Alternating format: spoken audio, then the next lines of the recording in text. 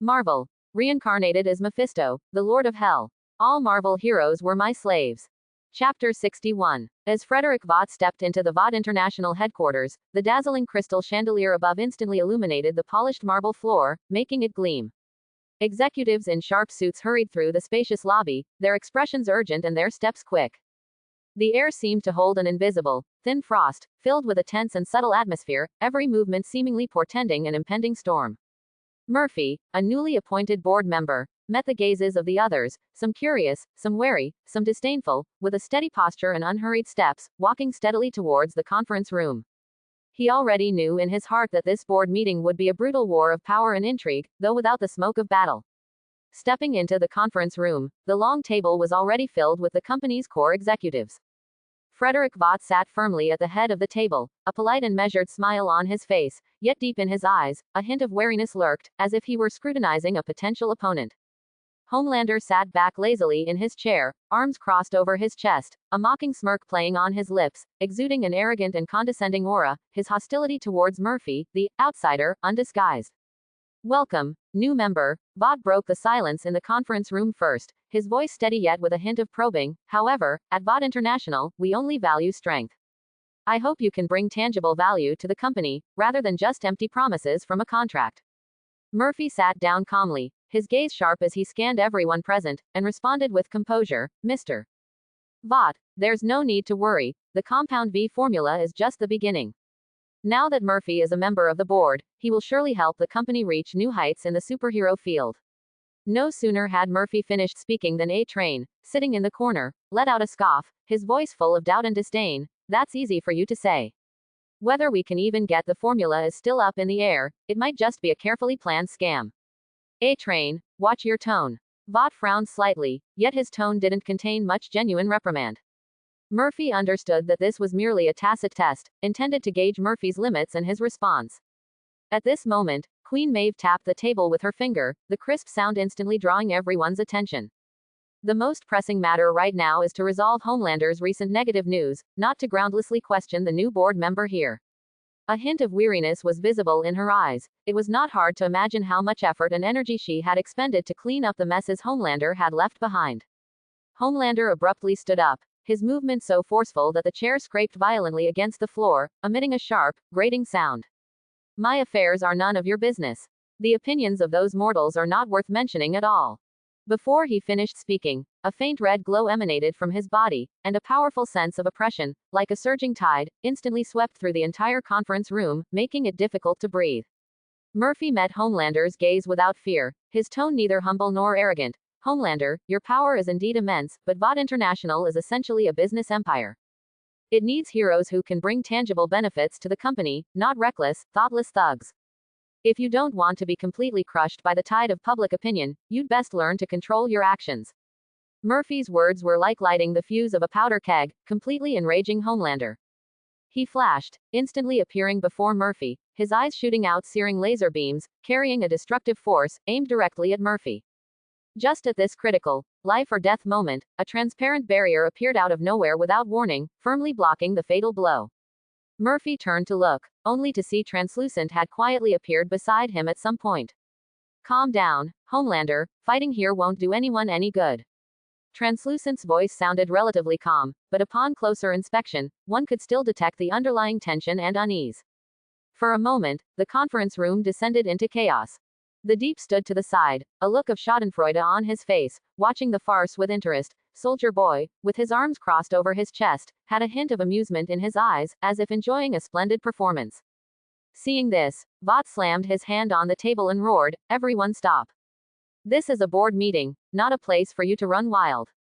After everyone's emotions had somewhat settled and the scene gradually quieted down, Murphy unhurriedly took a document from his briefcase and slowly said, Murphy has brought a new plan. To use an improved version of Compound V to create a batch of easily controllable super soldiers.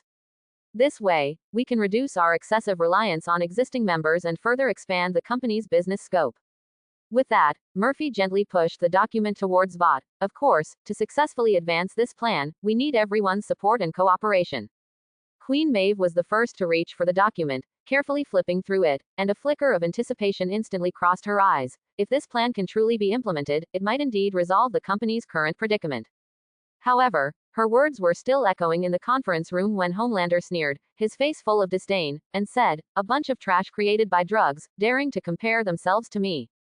Vought, if you dare to force this plan through, don't blame me for turning against you." Vought's fingers tapped unconsciously on the tabletop, his brow furrowed, clearly weighing the pros and cons deep within. At this moment, the conference room appeared calm on the surface, but in reality, various forces were surging beneath.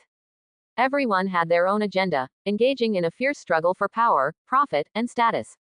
In the opulent boardroom of Vought International, a suffocating atmosphere, like an impenetrable net, tightly enveloped everyone.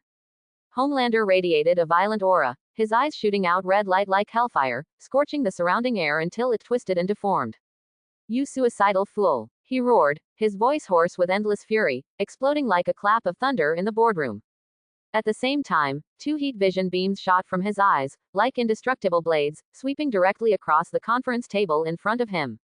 The sturdy conference table, fragile as thin paper under this terrifying power, was instantly cut in half, the broken halves flying in different directions like runaway horses. Documents scattered like snowflakes, water cups were shattered, and glass shards glittered in midair before crashing to the ground with a crackle, pop, playing a symphony of destruction. Just as Homelander was about to unleash his rage again and level everything, Murphy casually snapped his fingers. This seemingly effortless action was like a butterfly flapping its wings, triggering a tsunami. In an instant, a blinding golden light descended without warning, so bright it was almost impossible to open one's eyes, as if to completely illuminate the dark space. Within the light, the towering figures of Apocalypse and the Seven Eternals, under Murphy's command, gradually appeared.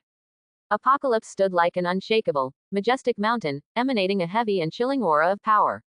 His gaze was like a torch, filled with disdain for Homelander, as if the man before him was nothing more than an insignificant ant. A mere ant dares to be presumptuous in front of Master. Apocalypse's voice was deep and resonant, echoing through the entire boardroom like a great bell, the sound waves seemingly tangible, making everyone's eardrums ache as if their souls would be shaken from their bodies. A flicker of apprehension crossed Homelander's eyes, but it was overshadowed by indignation. How could he accept being so suppressed, his authority so openly challenged? Thus, he roared again, charging recklessly towards Apocalypse, fiery laser beams once more shooting from his eyes, carrying his full fury, roaring towards Apocalypse like a raging dragon. However, facing this fierce attack, Apocalypse did not move. With a mere thought, a defensive force field instantly expanded. An invisible yet indestructible energy barrier instantly formed, like an unyielding shield, mercilessly shattering Homelander's laser beams, which dissipated into the air like brilliant fireworks. Immediately following, a powerful counter force surged out like a mighty tide, striking Homelander hard and sending him to the ground. Homelander fell heavily, the ground trembling slightly from the immense impact. He struggled to get up but felt as if an invisible mountain was pressing down on him, rendering him immobile. Apocalypse's gravity field had already activated, firmly pinning him in place. Homelander could only lie on the ground, glaring angrily at Murphy and Apocalypse, his eyes filled with hatred so intense it seemed to burn them to ashes. From today onwards, apart from Apocalypse, the other seven will be Vought International's focus on training ace stars, Murphy said, coldly surveying everyone present, his gaze like an incredibly sharp sword cutting across each person's face. "If you, the seven, don't listen, they will take your place." As he spoke, Murphy raised his hand, pointing at the Seven Eternals. At this moment, the Seven Eternals each displayed their powerful abilities. Akari's radiated a sacred golden light, like a deity descended to the human world.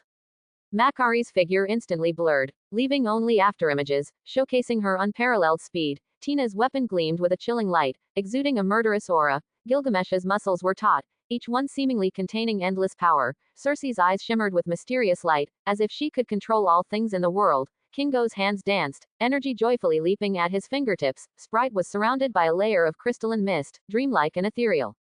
Their powerful presence instantly permeated the room, as if the entire boardroom was submerged in an ocean of power, making it hard to breathe. Queen Maeve frowned, a hint of worry in her eyes. She shook her head slightly and said softly, "What you're doing will only cause greater chaos." Her voice was gentle, yet exceptionally clear in the silent boardroom, as if carrying an unspoken concern. Murphy smiled slightly, his expression full of confidence and certainty. "Chaos? No, this is the re-establishment of order. They are stronger, more loyal, and better at creating value for the company than you are." Murphy's words were decisive, echoing through the boardroom like the tolling of fate's bell. But Murphy's words seemed to ignite a long-buried bomb. Droog, one of the 7 Eternals, suddenly stepped forward. His eyes were filled with disgust for VOD International's past actions, an aversion that burned like a raging fire, almost consuming him whole. Create value for the company. Your so-called value is not a reason for you to be above the company. His voice was low and angry, every word seemingly squeezed through gritted teeth. From today onwards, VOD International will no longer be the domain of U7. His words exploded like a thunderclap in the boardroom, instantly shattering the previous calm. At these words, the boardroom instantly plunged into an even more tense atmosphere than before. VOD's previously composed expression instantly turned ashen. His eyes revealed fear and unease. He realized that the 7 Eternals were not as easily controlled as they appeared, possessing their own firm ideals and principles, which fundamentally conflicted with VOD International's consistent pursuit of profit. As time quietly passed, the conflict, like a lit powder keg, continuously escalated. The 7 Eternals, relying on their formidable strength and unique charisma, saw their fame rocket upwards, gradually surpassing the original The 7. Walking through the city's streets and alleys, posters of the 7 Eternals were everywhere, their heroic deeds passed by word of mouth, and their fan base grew exponentially. The situation for the original The 7, however, was diametrically opposed. Partners terminated contracts one after another, eager to switch their collaborations to the 7 Eternals. Their former glory gradually faded, and they felt an unprecedented crisis. At this point, the original The 7 seized the opportunity, bypassed Murphy, and secretly contacted VOD International executives. After a series of secret discussions, the two sides reached a confidential agreement, deciding to join forces against the 7 Eternals. They knew that only by uniting could they possibly reclaim their glory and status. On a dark and windy night, heavy clouds, like a huge black curtain, completely obscured the sky, blocking out the light of the moon and stars. The members of the original The 7, dressed in dark clothing, stealthily infiltrated VOD International headquarters like specters. This time, they were no longer after the Compound V laboratory. The 7 had already secretly conspired to completely eliminate the 7 Eternals, to nip the problem in the bud. They knew in their hearts that this was a battle for survival. Failure would mean losing all chance of a comeback. As the original The 7 cautiously entered the headquarters building, they discovered that the 7 Eternals were already waiting. It turned out that the 7 Eternals, with their keen sensory abilities, had detected their arrival in advance. A thrilling battle thus began, with clashes of superpowers constantly erupting within the building, like a series of dazzling yet deadly fireworks. The entire structure shook violently under the impact of this powerful force. Cracks appeared on the walls, chandeliers on the ceiling swayed precariously, and fragments occasionally fell. Homelander, like a burning meteor, charged towards the similarly powered Akaris. His eyes burned with the fire of vengeance, a flame that seemed to want to consume the entire world. Today, I will make you pay for what you've done, he roared, his voice echoing through the corridor. Akaris merely scoffed, his smile filled with confidence and disdain. He pushed off with his feet, his body flying like an arrow from a bowstring, meeting Homelander's heat vision. Their energies collided in the air, erupting in dazzling light and deafening sound, as if two planets were violently crashing in the universe. A-train locked onto Makari, and the two instantly transformed into two afterimages, engaging in a speedster battle in the corridor. Wherever they passed, the air was violently churned, forming small tornadoes that sucked in surrounding objects. Traces of their rapid passage were left on the walls, and deep grooves were carved into the floor by their footsteps. Makari, with her agile movements and extreme speed, gained a slight advantage in her confrontation with A-train, skillfully dodging his repeated attacks while looking for opportunities to counterattack. Black Noir and Tina engaged in combat in a spacious office. Both were proficient in martial arts and weapon combat skills. Their weapons gleamed with a cold light, each swing carrying a fierce murderous intent.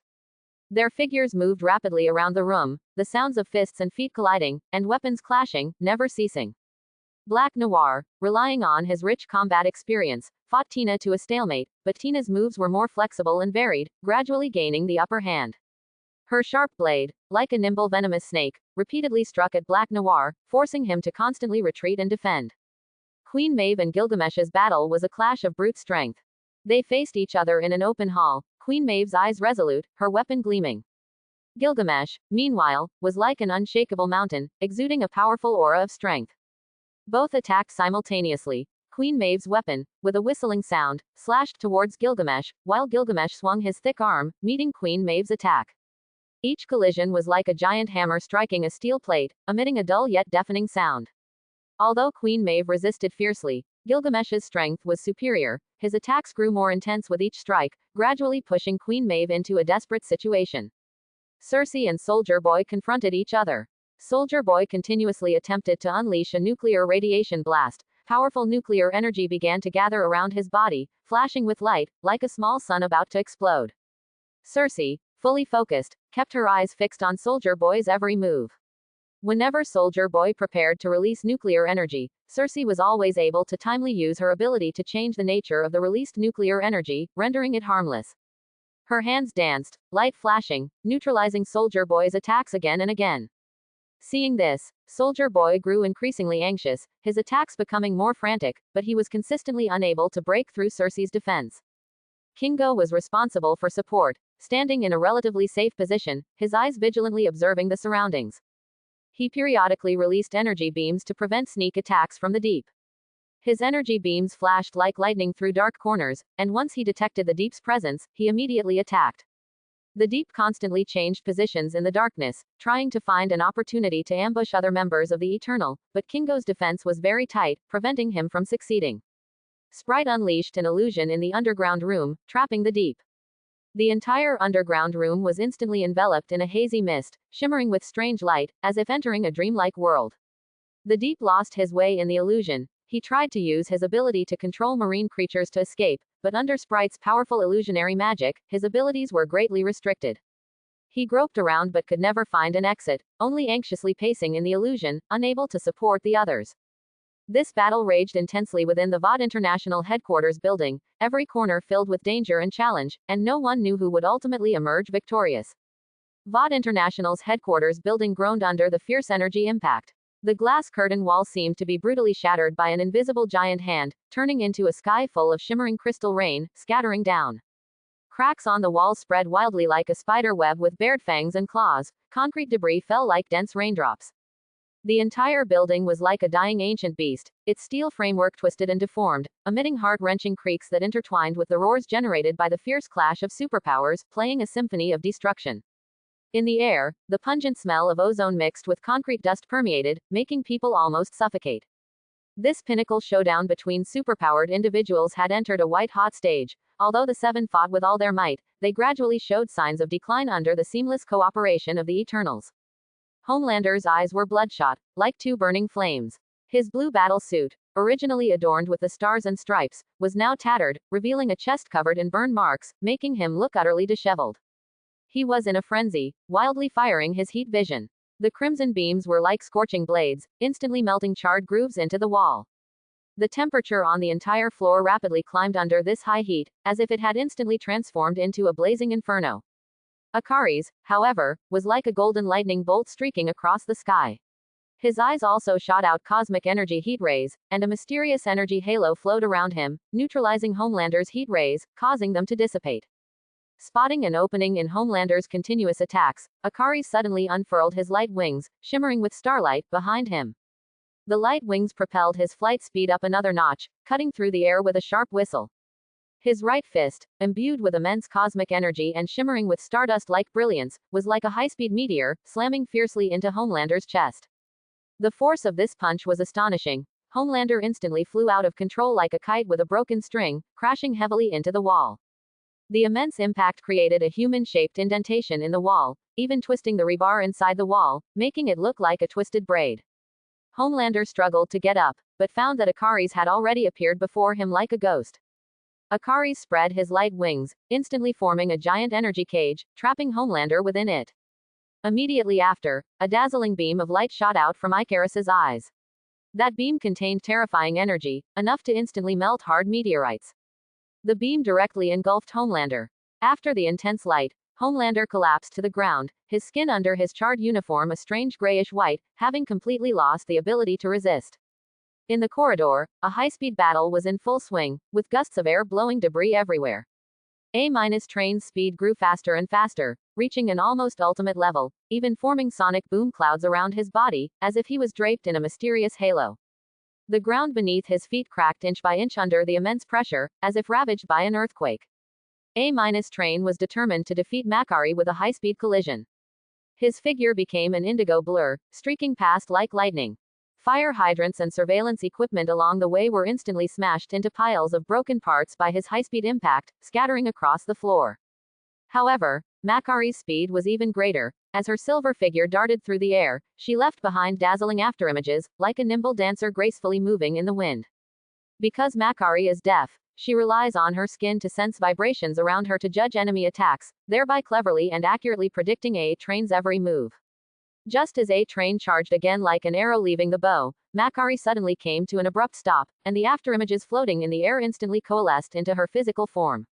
Taking advantage of A-Train's inability to react, she landed a heavy kick on his back. The kick was incredibly powerful. A-Train instantly lost his balance and crashed headfirst into the adjacent wall. With a loud bang, the entire wall collapsed, raising a cloud of dust. Before A-Train could recover from the chaos, Makari had already quickly condensed her superspeed into her hands, and a powerful red shockwave instantly formed, accompanied by a sharp, piercing sonic scream, heading straight for A-Train, directly knocking him unconscious in the rubble. Inside the office, the battle between Black Noir and Thena was exceptionally fierce, with sparks illuminating the entire room. Black Noir, relying on his rich combat experience and unyielding will, wielded an obsidian dagger, precisely blocking Thena's every fierce attack. Each clash of blades sent out dazzling sparks, which, falling on the expensive Persian carpet, instantly burned small charred holes. However, Thena's moves became increasingly cunning and vicious. The blade in her hand was like a nimble venomous snake, carving wounds into Black Noir's body. Suddenly, Thena feigned an attack, successfully deceiving Black Noir. The sharp blade in her hand thrust out like lightning, aimed directly at Black Noir's throat.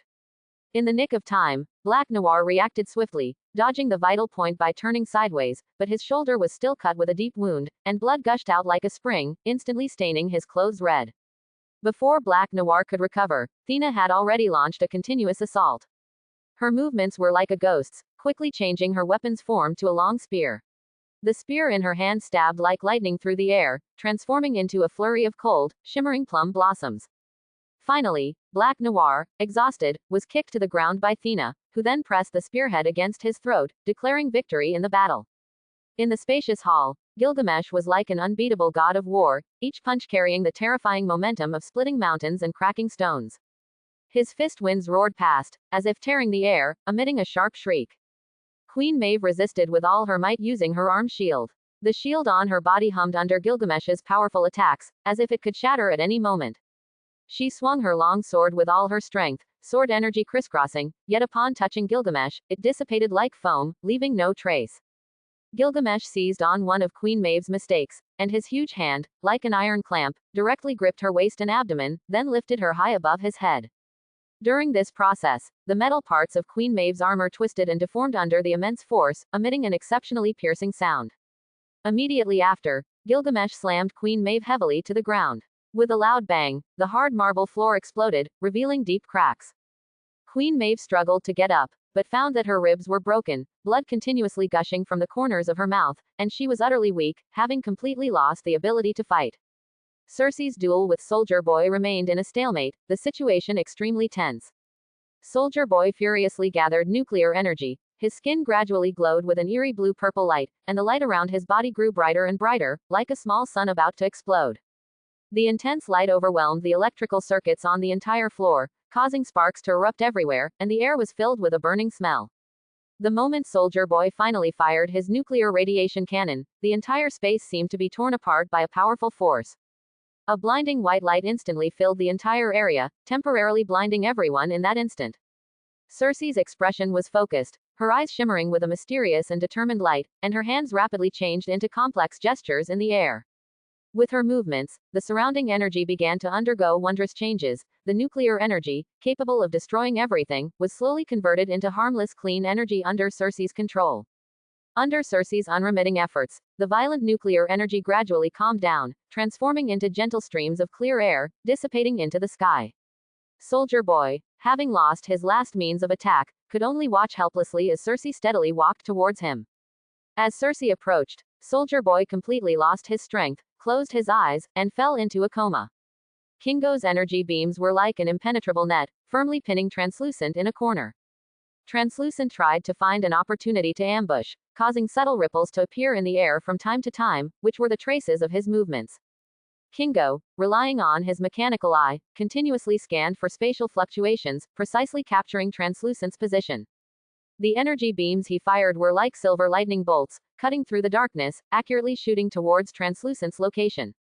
When Translucent finally couldn't hold back and launched an attack, Kingo reacted swiftly, instantly dodging sideways.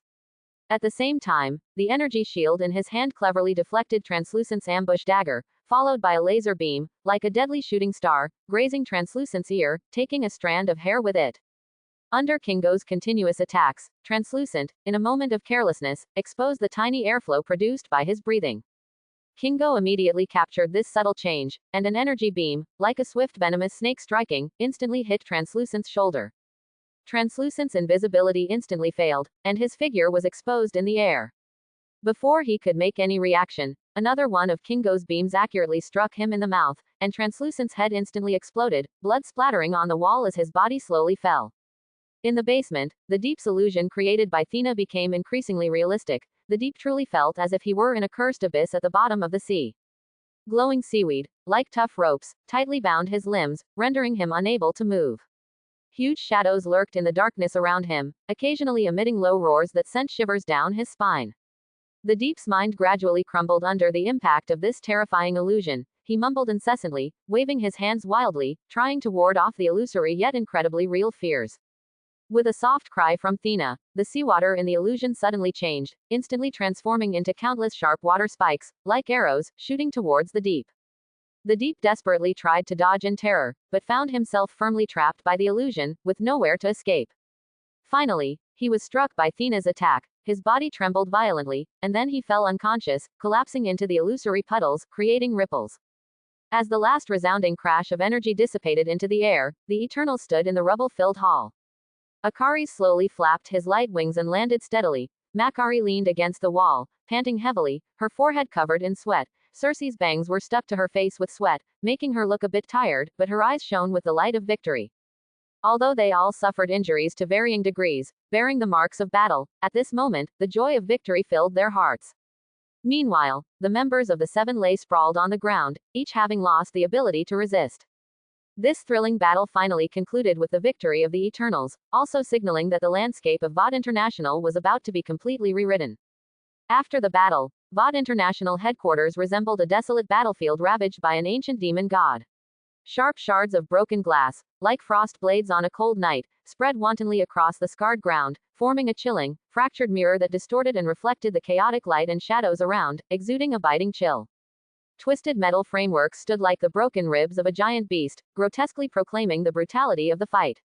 Scattered documents, covered in dust and mottled bloodstains, were like pale fallen leaves, silently whispering the tragic past of the thrilling slaughter in the dead silence. Murphy stood tall and straight before the floor-to-ceiling windows of the top-floor office, a triumphant smile unconsciously playing on his lips. Simultaneously, the influence of the Eternal Seven was sweeping across the globe like a prairie fire.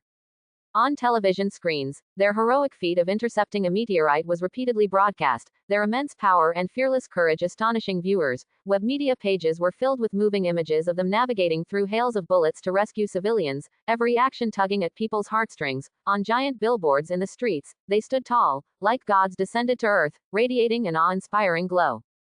From the bustling city centers to the remote corners, the screams and cheers of fans merged into a surging tide, wave after wave, announcing the grand arrival of a new era of superheroes. Meanwhile, Homelander, once invincible in the Seven, was summoned alone to Murphy's office after the great battle.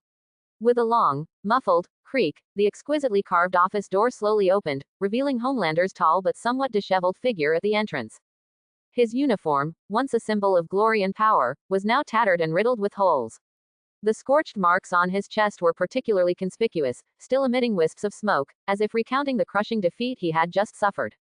In his eyes, a raging inferno of resentment and anger burned, so hot it seemed capable of igniting the entire world. Yet, beneath this intense flame, a hint of nervousness and unease was discernible, a primal fear in the face of an unknown, powerful force. Murphy elegantly turned around, his fingertips gently caressing the mirror-smooth crystal tabletop, his eyes gleaming with interest as he scrutinized Homelander from head to toe, saying softly, "Homelander, once the infinitely glorious captain of the Seven, once considered a superhero in people's hearts, but now, you've fallen to such a pathetic state." Upon hearing Murphy's words, Homelander clenched his fists tightly, his knuckles turning white from the exertion, like winter snow.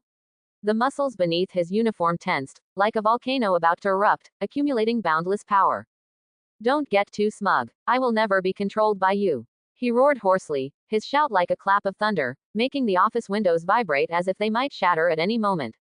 No sooner had he spoken than his eyes instantly shot out scorching laser beams, like two crimson arrows of death from hell. Wherever they passed, the air instantly warped and twisted from the extreme heat, as if being kneaded wantonly by an invisible giant hand.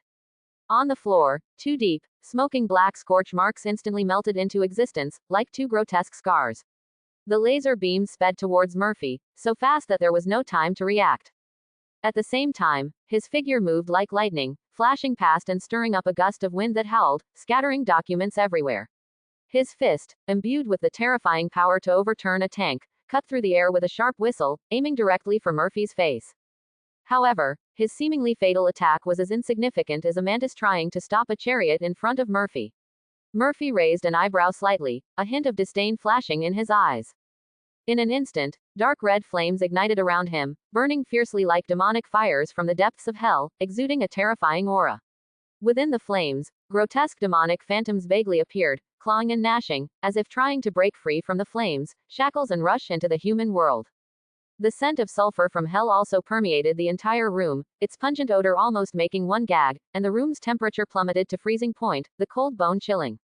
Murphy unhurriedly raised his hand, and in his palm, dark red runes, as if alive, slowly rotated, emitting a mysterious glow. Immediately after, an invisible barrier, like an indestructible shield of hell, instantly formed. Homelander's laser beams heavily struck the barrier, and in that instant, a blinding flash of light and a deafening roar erupted. The intense light made it impossible to open one's eyes, as if the sun had suddenly exploded in the room. The roar echoed to the heavens, making one's eardrums ache. The beams were entirely reflected, like sharp blades, blasting two deep holes through the wall, exposing the rebar, and sending brick and stone fragments flying everywhere. Seeing this, Homelander's face instantly changed, turning ashen white. He quickly rolled to the side to dodge, his movements as agile as a leopard. But when he stood up, he was horrified to find that his retreat was completely blocked by a raging wall of fire. Within the flames, the sinister laughter of demons occasionally echoed, a chilling and terrifying sound as if from the nine hells, scorching his skin and making it feel as if countless steel needles were pricking him simultaneously. Murphy advanced with steady steps. With each step, the hard marble floor beneath his feet cracked like fragile ice, forming spiderweb-like patterns that spread outwards. The air around him also warped and twisted due to Murphy's powerful oppressive presence, as if space itself was folding under Murphy's power. Homelander, do you think your meager power can contend with me? In front of my power from hell, you are nothing but an insignificant ant. Murphy's voice was as cold as an abyss, devoid of any warmth, like a judgment from endless darkness. With a raise of his hand, a dark energy, entwined with black chains, shot out like a hungry viper. The chains instantly wrapped around Homelander's limbs and neck, their icy touch making him shiver. He struggled fiercely, his muscles bulging, veins wriggling like earthworms under his skin. But his struggle was futile. He could only hear the grating sound of the chains tightening, a sound like a death countdown, striking his heart repeatedly. His face turned crimson, like a ripe tomato, veins throbbing at his temples, his eyes filled with terror and disbelief, as if he couldn't believe he would be subdued so easily. Now, you only have two choices. Murphy pressed closer, the dark red flames illuminating Murphy's face with its demonic patterns, his gaze like a torch, as if it could see through his soul. Submit to me and be used by me, or disappear forever into the darkness. Murphy's words were like heavy hammers, striking Homelander's heart repeatedly. Homelander's eyes widened, his breathing rapid and heavy, his chest heaving violently as if he had just run a marathon. His gaze wavered between fear and unwillingness, his heart caught in a painful struggle. Cold sweat streamed down his forehead, like a broken string of pearls. Finally, in the face of absolute power, his will completely collapsed. He trembled and slowly bowed his once incredibly proud head, his voice hoarse as if sandpaper was rubbing, and with difficulty uttered a few words. I submit. Murphy nodded in satisfaction, a faint, imperceptible smile flashing in his eyes. Then, Murphy lightly waved his hand, retracting his power, and the chains wrapped around Homelander instantly turned into black smoke, dissipating into nothingness, as if they had never appeared. A wise move. Homelander, to be honest, in the past, you were nothing but a frog in a well. Look at your self-righteous, pathetic power. Even against the weakest person under me, you couldn't last more than a few moves. From now on, you only need to obey my commands and prove your worth again. Murphy said calmly, his tone indifferent. Homelander remained silent, his eyes staring blankly at the ground, the once dazzling light in his eyes dimmed somewhat, replaced by endless desolation and unwillingness.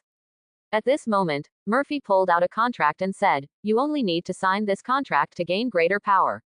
A glimmer of light instantly flashed in Homelander's eyes, and without the slightest hesitation, he signed the contract with Murphy. After signing the contract, Murphy sealed Homelander into the Hell Dimension, beginning his journey of infernal training.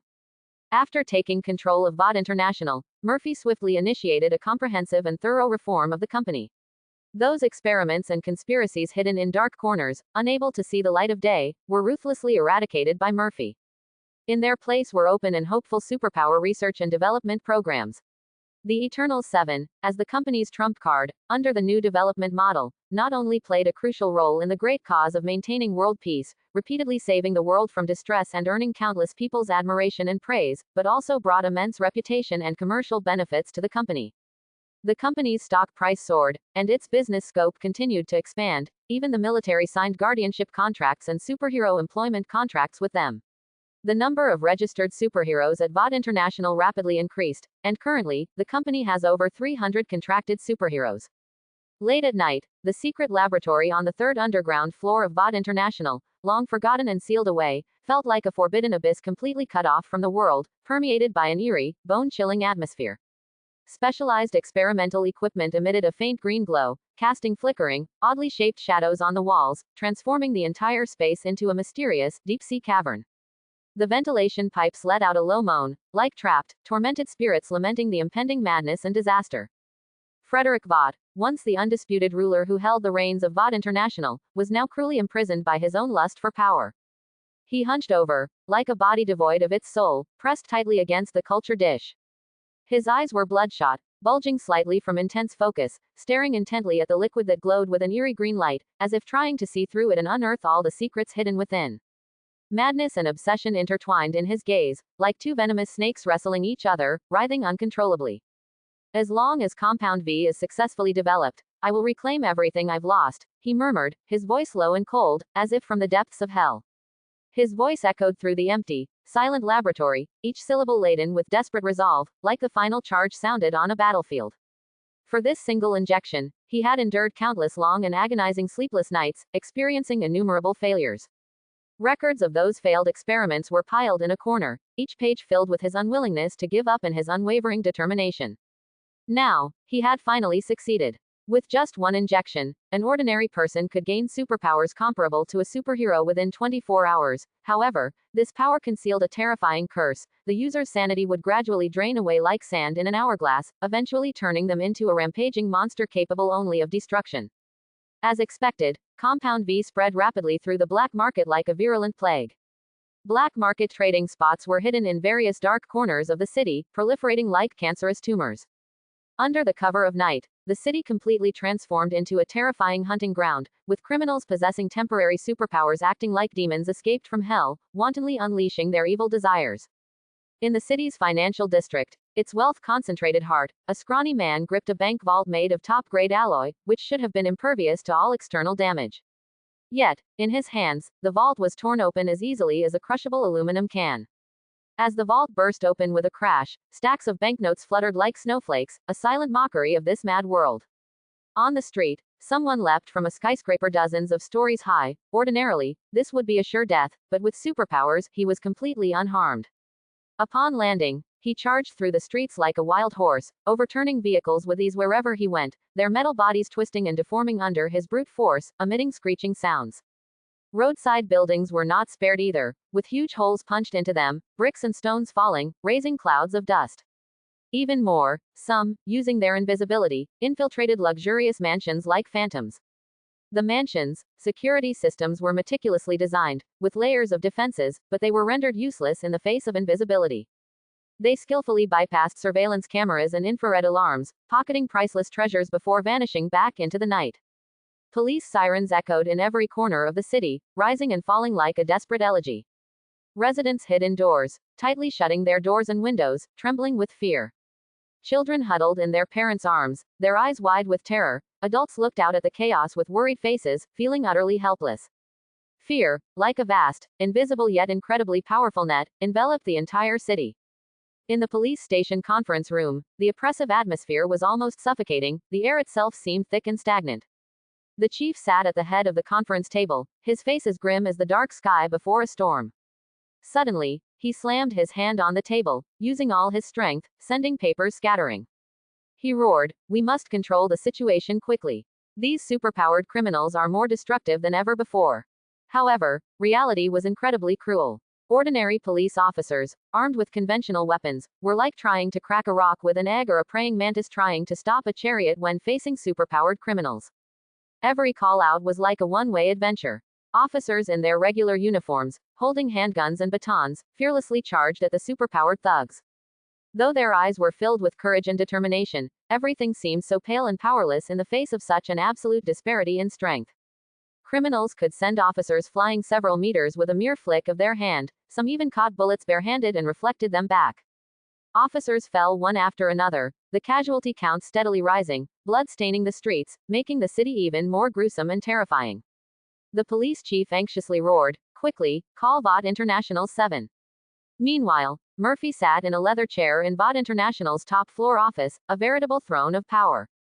The surveillance screens before him were like a magic mirror, capturing the city's chaotic scenes without omission. Watching the disorder on the screens, Murphy's lips curled into a cold sneer, full of disdain for Frederick Vought's foolish actions. Murphy murmured softly, "Frederick Vaught, it seems you can't wait to dig your own grave." He then picked up the phone on the desk, his fingers rapidly tapping the keys, dialing the number for the 7. When the call connected, Murphy's voice was stern and decisive, "Mobilize immediately and quell this chaos."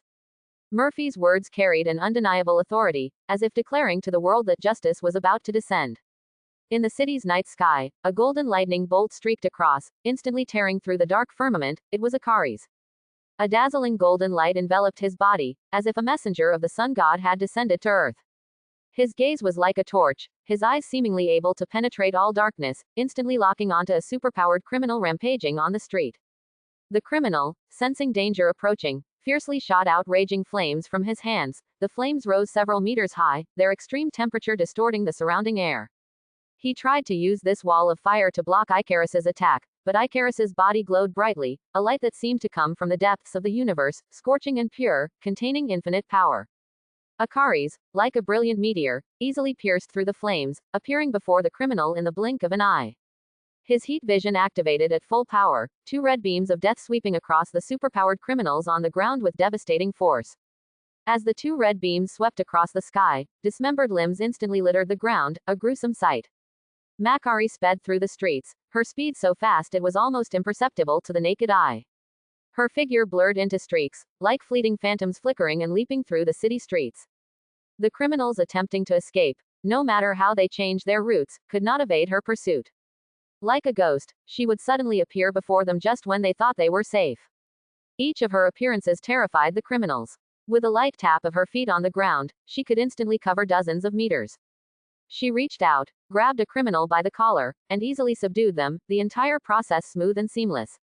On the other side, Thena and Gilgamesh worked together with perfect synergy, like close comrades who had faced countless battles and shared life and death. Thena's figure was agile, like a nimble black panther, weaving flexibly through the criminals' attacks. Her movements were graceful, like an elegant dancer, but behind this beauty lurked deadly danger. The blade in her hand gleamed with a cold light, each swing precisely restraining the criminals' movements. Her eyes were steady and calm, constantly observing the criminals' every move, seeking the best moment to strike. Gilgamesh, meanwhile, descended like a god of war. His physique was tall and robust, his muscles as hard as steel. His gaze was like a hawk's, fixed on the openings Thena created, seizing the opportunity to unleash his boulder-like fists. His fists carried immense power, each blow causing the air to crackle. When his fist struck a criminal, they were as if hit by a mountain, instantly losing the ability to resist and collapsing to the ground. Circe busied herself amidst the city's ruins, like a mysterious sorceress. She waved her hands, chanting incantations, wielding mysterious powers. Items that had been disfigured by superpowers gradually returned to their original state under her abilities. The ground, previously cratered, slowly leveled out, soil and stones automatically returning to place. Collapsed buildings also rose again, bricks and steel beams seemingly coming to life, reassembling themselves. The city's losses steadily decreased due to her efforts. Wherever she went, the wreckage gradually became orderly, and the despair in people's eyes was slowly replaced by hope. Kingo stood atop a high-rise at the city's vantage point, continuously scanning the battlefield. He constantly condensed beams of energy in his hands, like sharp swords, emitting a cold, chilling light.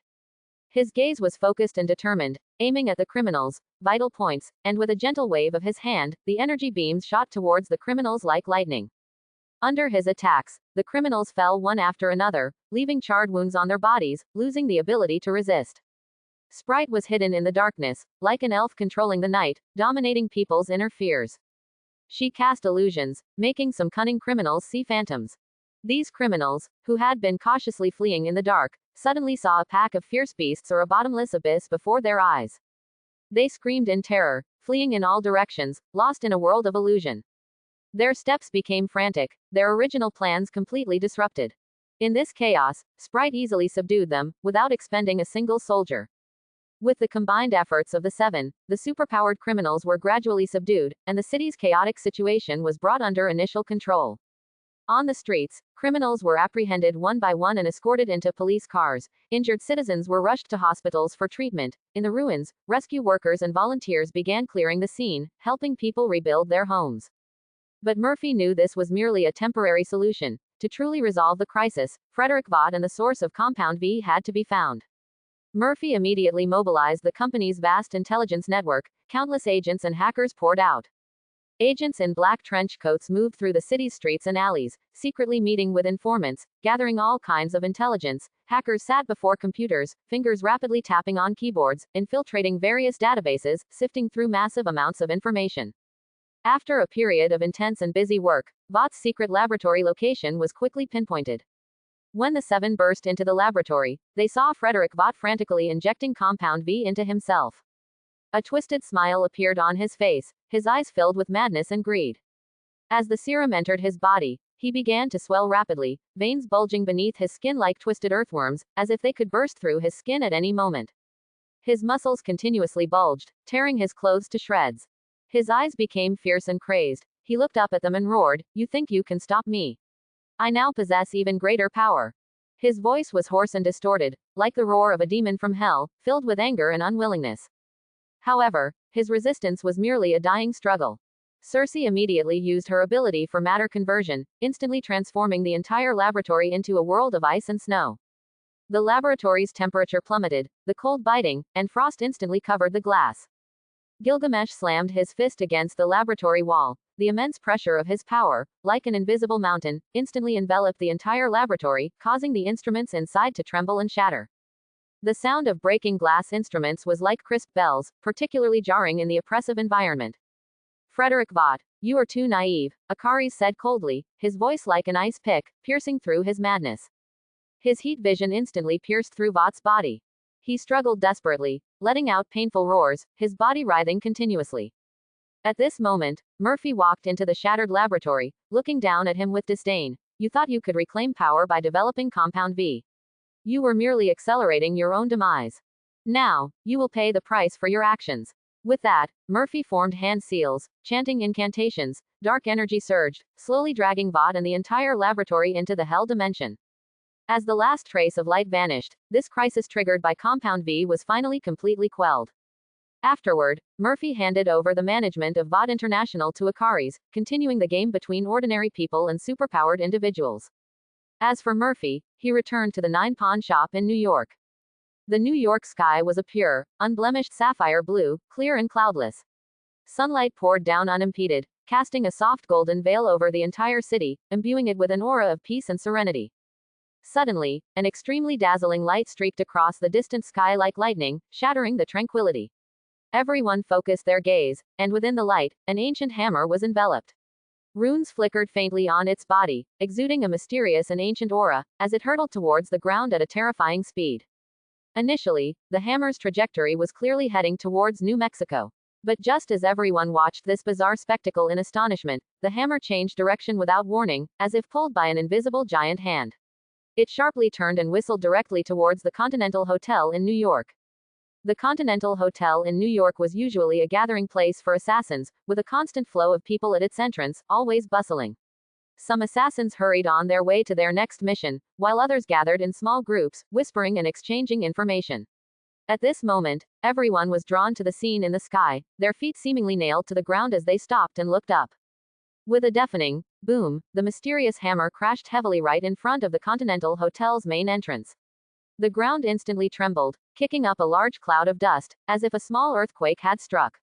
The hammer landed in an awkward position, perfectly blocking the passage for hotel staff and guests. In an instant, the hotel entrance plunged into chaos, with exclamations and shouts intertwining. The hotel's service staff were the first to recover. Several burly and strong men exchanged glances, their eyes revealing a firm determination to work together to move this uninvited guest. They rolled up their sleeves, exposing their muscular arms, gripped the hammer's handle tightly with both hands, took a deep breath, and exerted all their strength to lift it. However, strangely enough, the hammer seemed to be deeply rooted in the ground, not budging an inch. Their faces turned beet red, veins bulged on their foreheads, and sweat continuously dripped down their cheeks, but even with all their might, the hammer remained firmly in place, showing no signs of moving. This scene instantly caused a huge stir within the hotel. The Continental Hotel was never short of assassins who were extremely confident in their own abilities. Upon hearing about this, they all eagerly rolled up their sleeves, itching to try. In their eyes, this was nothing more than a prank by some bored individual, and picking up this hammer would be as easy as pie for them. So, one assassin after another emerged from the hotel and approached the hammer. Some stood firmly in a horse stance, gripping the hammer tightly with hands like iron clamps, letting out roars as they tried to lift it with brute force. Others stood shoulder to shoulder with companions, chanting slogans in unison and pulling together. But whether it was a single person attempting it alone, or many working together, the hammer remained firmly fixed to the ground as if under a bizarre immobilization spell, silently mocking their overestimation of their own strength. As time passed, more and more onlookers gathered, completely surrounding the hotel entrance. The crowd buzzed with discussions, constantly speculating about the hammer's origin and magical properties. Some looked suspicious, wondering if it was a trap meticulously set by a powerful organization. Others' eyes lit up, convinced that it was an ancient artifact passed down through generations, possessing earth-shattering mystical powers. Amidst the crowd's chatter, the hotel, in desperation, even brought in a crane, attempting to use mechanical power to move the hammer. The huge crane slowly approached, its metal arm extending high and stopping steadily above the hammer. Thick steel cables were slowly lowered, precisely hooking onto the hammer. The driver started the engine, and the crane let out a low, muffled roar. The steel cables were taut, seemingly about to snap at any moment. However, even with the crane operating at full power, the hammer remained as solid as a mountain. The crane's tires furiously rubbed against the ground, producing a harsh screeching sound, but it still couldn't move the hammer an inch. At this moment, Morpheus was diligently handling affairs inside the hotel. A subordinate rushed in, reporting to Morpheus with a panicked expression that a mysterious hammer had appeared at the hotel entrance, and no matter how everyone tried, no one could pick it up. Morpheus was momentarily stunned upon hearing this, and a thought instantly flashed through his mind. Odin, what exactly are you up to? Are you perhaps trying to get Morpheus to help discipline your good-for-nothing son? Morpheus didn't hesitate for a second, immediately summoned Apocalypse, and told him to quickly find Aurora, one of the 4 horsemen of Apocalypse. Before long, Aurora appeared before Morpheus. She stood tall and straight, her eyes reflecting determination and courage. Morpheus briefly explained the situation to her, then led her to the hotel entrance. Upon arriving, they saw that the entrance was already packed with people, with exclamations and lively discussions constantly erupting from the crowd. Morpheus signaled the staff to disperse the curious onlookers, clearing a spacious area for Aurora. Then, Morpheus looked at Aurora and instructed, "Go ahead and try to pick up that hammer." Aurora took a deep breath and walked steadily towards the hammer. Her gaze was firm and focused, as if the entire world consisted only of her and the mysterious hammer before her. The moment her hands slowly rested on the hammer, something miraculous happened. Blue lightning instantly crackled around her body, illuminating her face and making her appear as if she had come from a mysterious world of thunder and lightning. At the same time, the previously clear sky instantly changed, with large dark clouds rapidly gathering and piling up, like a massive black mountain pressing down. Bolts of lightning, like giant silver serpents, streaked down from the clouds, tightly enveloping Aurora and the hammer. The onlookers gasped in terror, involuntarily stepping back several paces, their eyes filled with shock and awe. A few seconds later, the light gradually faded, and the lightning also slowly ceased. Everyone looked closely and saw Aurora now clad in a shimmering female Thor suit. She stood gracefully, firmly holding the Mjolnir in her hand. Her hair gently swayed in the wind, and her eyes revealed an unprecedented confidence and majesty, as if she had truly transformed into the goddess of thunder. Morpheus looked at her and smiled faintly, saying, "Aurora, this hammer is yours. Keep it safe and don't let it block the hotel entrance again." With that, Morpheus turned and walked steadily back into the Continental Hotel. Aurora's face was filled with joy, her eyes sparkling with excitement. She held the hammer tightly, as if grasping the power of the entire world, and her future seemed to become even brighter with that grip. The moment Aurora gripped Mjolnir, the power of thunder surged out from the hammer like a raging tide, instantly illuminating the entire sky. The dazzling light made everything else around them dim in comparison. The crowd was awestruck by this extraordinary power, frozen in place as if under a spell, their breathing involuntarily held. The air was thick with a mixture of tension and wonder, as if time itself had solidified to witness this miraculous moment. Just then, a heavy, dragging footsteps echoed from afar, each step accompanied by a laborious, bellows-like gasp. A colossal figure, astonishingly massive, slowly shuffled into view from the end of the street, intruding upon everyone's sight. It was Thor, his body swollen to over 200 pounds, panting heavily, large beads of sweat rolling down his cheeks. His once bright, flowing golden hair, which used to shine like the sun, was now disheveled and plastered to his sweaty face, strands clinging limply to his forehead and temples, looking utterly disheveled. The armor, once a symbol of Asgard's supreme glory and majesty, was now severely distorted by his bloated figure, with mountains of flab on his abdomen threatening to burst through the seams of the armor. White flesh squeezed out from the gaps, making him look particularly comical. To reclaim Mjolnir, the symbol of his power and identity, he had endured countless hardships, trekking all the way from distant New Mexico. The long and arduous journey forced him to work odd jobs at various hotel snack stalls to earn enough to eat and barely sustain himself. The once proud and revered god of thunder in Asgard was now reduced to such a pathetic state, the stark contrast in his appearance truly regrettable. Mjolnir. Thor's voice was hoarse, his lips trembling slightly. When his cloudy yet yearning eyes met the mysteriously glowing Mjolnir in Aurora's hand, his pupils instantly dilated, and a flicker of surprise, an instinctive reaction to past glory, flashed in their depths. However, this surprise was fleeting, replaced by a burning rage. His gaze instantly turned fierce and menacing. "How dare you?" Quote. Thor roared, his voice distorted by anger, like a wounded beast driven mad. He then charged at Aurora recklessly, his massive body like an out-of-control, rampaging heavy truck. With each step, the ground trembled slightly, kicking up a cloud of dust. Street vendors, startled, frantically packed up their stalls. Passers-by fled in terror, dodging the out-of-control behemoth. In an instant, the street became chaotic, with shouts of alarm rising one after another. However, his bloated figure, encased in layers of flab, severely hindered his agility. Before he had run a few steps, his legs became entangled in his loose and overly long belt.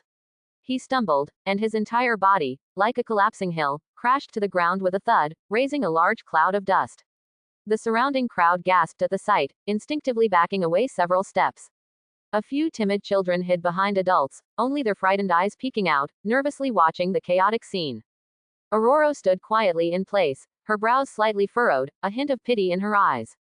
She gently waved Mjolnir, and a soft breeze instantly formed, like an invisible, gentle hand, slowly dispersing the dust in the air. She gazed down at the disheveled Thor on the ground, her eyes a mix of pity and caution, and said softly, "This hammer chose me." Her voice, though gentle, carried an undeniable firmness, as if proclaiming a judgment of fate. Thor gritted his teeth, propped himself up with his hands, and struggled to his feet. His face was flushed crimson from anger and exertion, like a ripe tomato, his chest heaving violently as he gasped for air, as if trying to release all the pent-up fury within him. "Mjolnir belongs only to Asgard, only to me," he roared again, charging recklessly at Aurora, trying to reclaim the hammer that had once been inseparable from him. But Aurora, swift as a phantom, easily dodged his charge. Thor, unable to stop his momentum, crashed squarely into a thick stone pillar at the hotel entrance.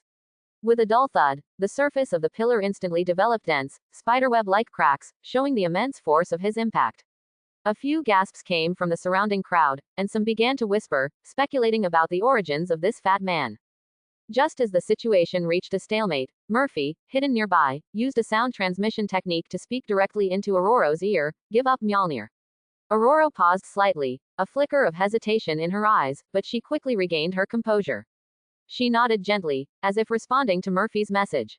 Aurora simply placed Mjolnir on the ground beside her. Instantly, the mysterious glow surrounding her dissipated, and the magnificent suit symbolizing the female Thor faded, returning her to her original appearance. Aurora looked at Thor and said calmly, "You said it's your hammer. It's right here, take it." Upon hearing this, a flicker of hope reignited in Thor's eyes. He eagerly strode forward, extending his right hand to firmly grasp the hammer's handle, attempting to lift it. He gritted his teeth, his arm muscles tensing like steel, veins bulging on his face as he exerted all his strength to lift it. However, the hammer remained rooted to the ground, unmoving. Thor's face grew increasingly grim. Unwilling to fail, he quickly switched to using both hands, his fingers tightly gripping the hammer, his legs firmly planted in a horse stance, using every ounce of his strength.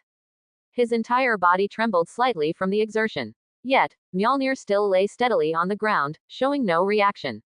At this point, the surrounding onlookers began to whisper and murmur, their gazes like sharp needles piercing Thor. Some wore mocking smiles, as if ridiculing his overestimation of himself, others shook their heads and sighed, lamenting his decline. A few young men even started whistling, openly mocking Thor's disheveled appearance.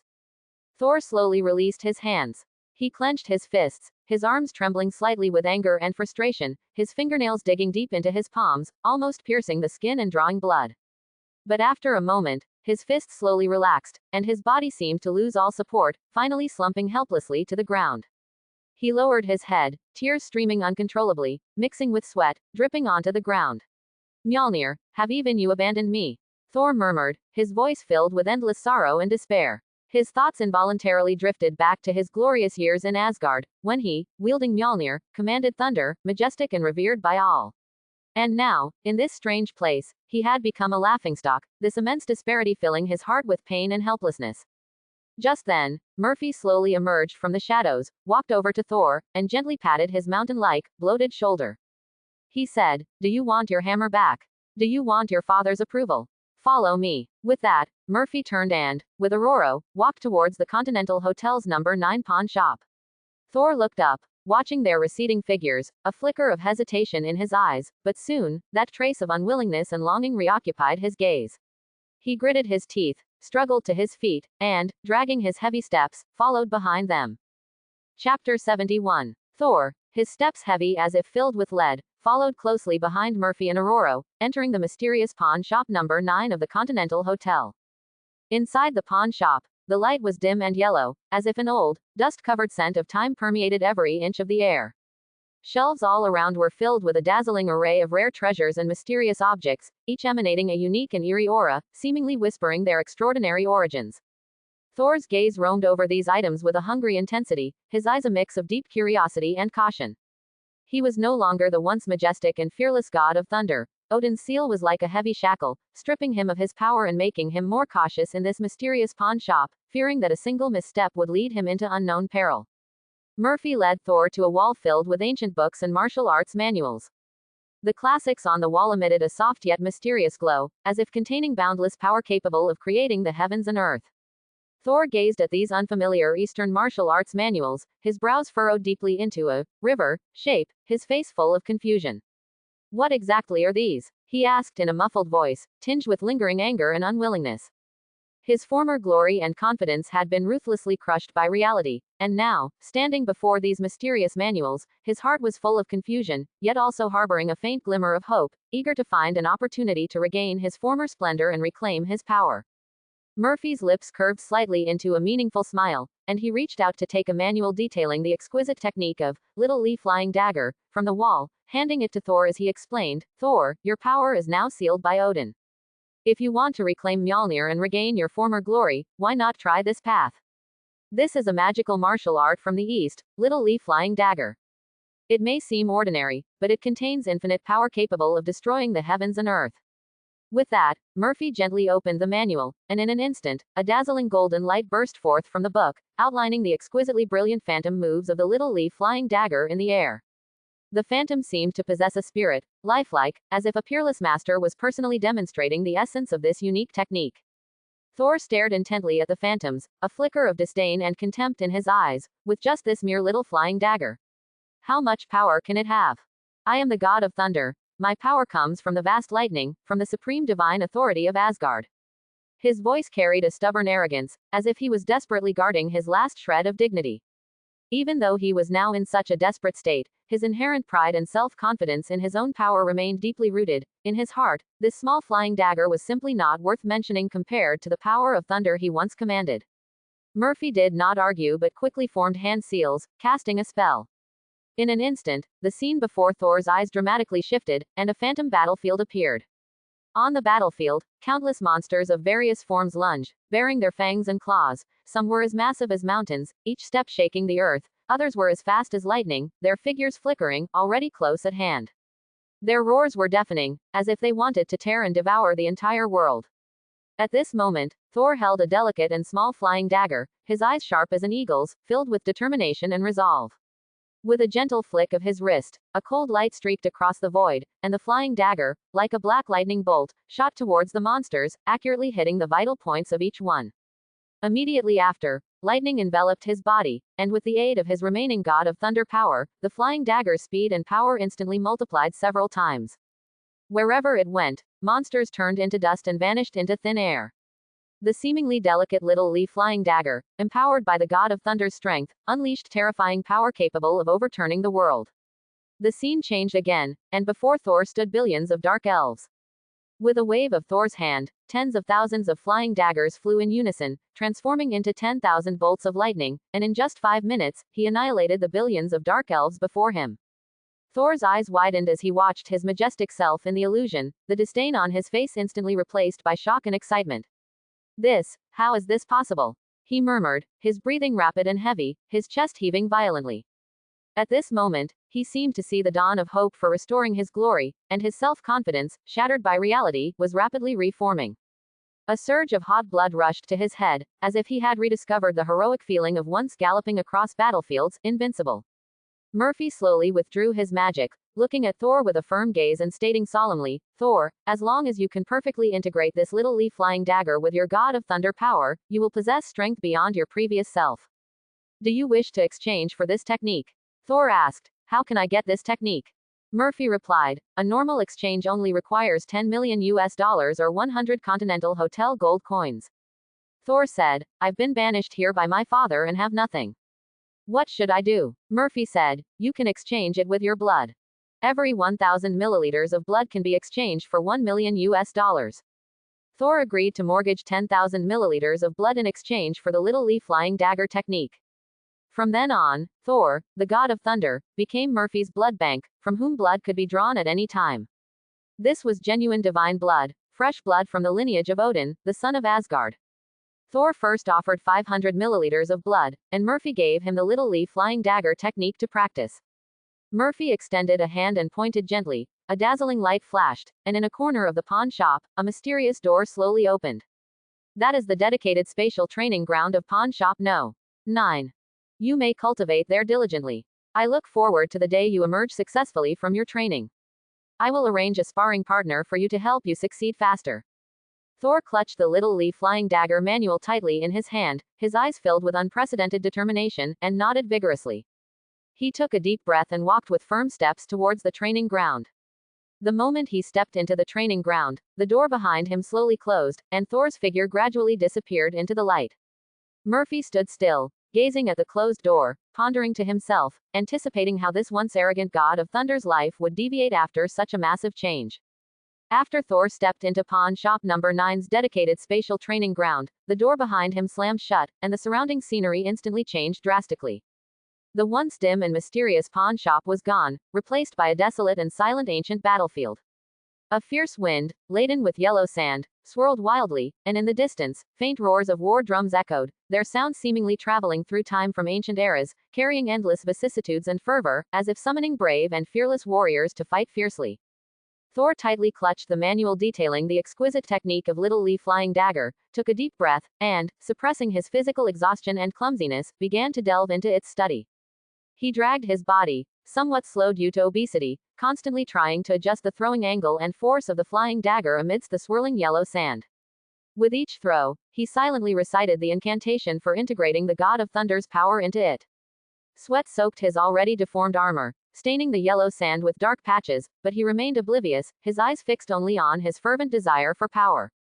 He threw the flying dagger again and again. Although each attempt was somewhat strenuous due to his physical inconvenience, he never once thought of giving up. Each failure only strengthened his resolve to master this unique technique. At the same time, Murphy turned to Aurora beside him, a hint of expectation and cunning in his eyes. Aurora, you can spar with Thor, but remember not to kill him. He is eager to regain his strength now, and this battle might help him grasp the true essence of integrating Little Lee Flying Dagger with the God of Thunder's power faster. Aurora nodded slightly, gripping Mjolnir in her hand. In an instant, dazzling blue lightning enveloped her, transforming her into the majestic female God of Thunder, and she strode into the training ground. Her eyes conveyed unwavering confidence, and Mjolnir in her hand seemed to be one with her soul, emanating a chilling and powerful deterrent. The moment Aurora stepped into the training ground, the once clear sky instantly became overcast with dark clouds, and the dazzling light erupting from Mjolnir illuminated the entire battlefield as if it were daylight. Thor was drawn by this sudden light and looked up. When he saw Aurora's heroic figure holding Mjolnir, a complex and unreadable emotion flashed in his eyes, unwillingness, longing, and a fiercely burning fighting spirit. Perfect timing. Thor roared, gripping his flying dagger, and assumed a battle-ready stance. A strong fighting spirit surged within him, vowing to prove himself in this battle and reclaim his glory and dignity. Aurora said nothing, but swung Mjolnir, and a thick bolt of lightning, like a silver dragon, shot swiftly towards Thor. Wherever the lightning passed, the air was instantly scorched and twisted, emitting crackling sounds. Thor's eyes narrowed, and he awkwardly dodged sideways, simultaneously flicking his wrist with force. A flying dagger, like a shooting star, shot towards Aurora. The flying dagger collided with the lightning in midair, erupting in a dazzling spark that illuminated the entire battlefield. Seeing this, Thor's heart filled with joy. He genuinely felt the wondrous reaction produced when the flying dagger collided with the God of Thunder's power, and his confidence immediately surged. He consecutively flung several more flying daggers, their shadows crisscrossing like an impenetrable net of blades, surging towards Aurora. Aurora remained composed, skillfully wielding Mjolnir, instantly summoning solid thunder shields that blocked each of Thor's incoming flying daggers. Each thunder shield radiated powerful energy fluctuations, and the daggers striking them produced crisp, pleasant sounds, yet they were unable to penetrate in the slightest. Immediately after, she flashed, transforming into a bolt of lightning, and charged towards Thor, Mjolnir in her hand descending with the force of a thunderbolt, striking fiercely at Thor. Thor was greatly alarmed by this, and in his panic, he threw his flying daggers with all his might, attempting to block Aurora's fierce attack. The flying daggers collided violently with Mjolnir, and the immense impact sent Thor stumbling backward, his obese body dragging a long trail in the sand. That trail seemed to be a true reflection of his current predicament. However, there was no hint of retreat in his eyes, but rather a resolve that grew stronger with each setback. Thor was not disheartened by this. He gritted his teeth, channeling the last trace of his sealed God of Thunder power, continuously injecting it into the flying dagger. Instantly, the surface of the flying dagger became entwined with a dense layer of lightning, its speed and power increasing exponentially. Thor roared and hurled the flying dagger with all his might. This time, the flying dagger, like a blue lightning bolt, surged with endless power directly towards Aurora. Aurora felt the immense power contained within the flying dagger, and her eyes instantly became serious. She gripped Mjolnir tightly with both hands and unleashed a massive lightning barrier with all her strength. The barrier was like a towering wall of thunder, emanating a chilling aura, as if to block all forces in the world. The flying dagger and the lightning barrier collided fiercely, and the entire training ground shook violently, as if the heavens and earth were collapsing. The swirling yellow sand was instantly stirred up by the powerful energy, obscuring the sky and sun, making it impossible to see. Amidst this swirling dust, Thor and Aurora both exerted their full strength, trying to defeat each other. Thor continuously adjusted the way he integrated the Little Lee Flying Dagger with the God of Thunder's power. Each attack was swifter and more lethal than the last. Aurora, on the other hand, skillfully parried Thor's fierce assaults with her exquisite control of Mjolnir, while also keenly searching for the perfect moment to counterattack. This battle was no longer just a simple contest of strength, but also Thor's arduous exploration and breakthrough of a new power system. Thor constantly experimented during the battle, sometimes changing the trajectory of the flying dagger, sometimes adjusting the timing of injecting the God of Thunder's power. Each attempt was accompanied by a new understanding and realization of power integration. Aurora, while defending tightly, carefully observed Thor's weaknesses. Mjolnir in her hand danced impenetrably, yet she was always ready to launch a fatal blow and deliver a heavy strike to Thor. Thor, after all, had his divine power sealed by Odin, and after less than 10 minutes of fighting with Aurora, he was exhausted and knocked unconscious by a hammer blow to the head from Aurora. After Thor was knocked unconscious by an attack from Aurora, Morpheus nodded slightly and gestured to his assistants, who were already on standby.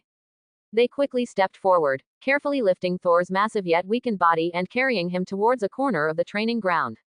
There was a designated area for rest and recovery, with soft mats and healing herbs already prepared. Thor slowly regained consciousness, his eyes fluttering open in a daze. The first thing he saw were his hands, trembling uncontrollably from exhaustion. A flicker of confusion crossed his eyes, followed by a surge of unwillingness that engulfed him like a raging tide. Just then, Morpheus walked steadily towards him, his gaze sharp and fixed on Thor's eyes, and said in a deep voice, "Thor, this is only the beginning. If you truly wish to reclaim your former strength and ascend to the peak, you must endure more trials." With that, Morpheus quickly formed hand seals and chanted ancient and mysterious incantations. As the incantations were recited, a faint blue light gradually illuminated the center of the training ground. At first, the light was as weak as a solitary star twinkling in the night sky, but in an instant, it grew stronger, like a blue sun rising from the ground. In the dazzling ethereal blue light, the spirits of the Valkyrie Legion, who once fought Hela, the goddess of death, Thor's elder sister, on behalf of Odin, slowly emerged one by one. They wore cracked and incomplete armor, yet still exuded an awe-inspiring aura of majesty. Their eyes glowed like the fires of hell, each gaze filled with deep hatred for the Odin family.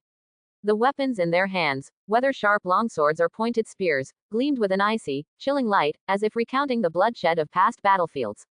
The moment their eyes met Thor's, the temperature of the entire training ground seemed to drop to freezing.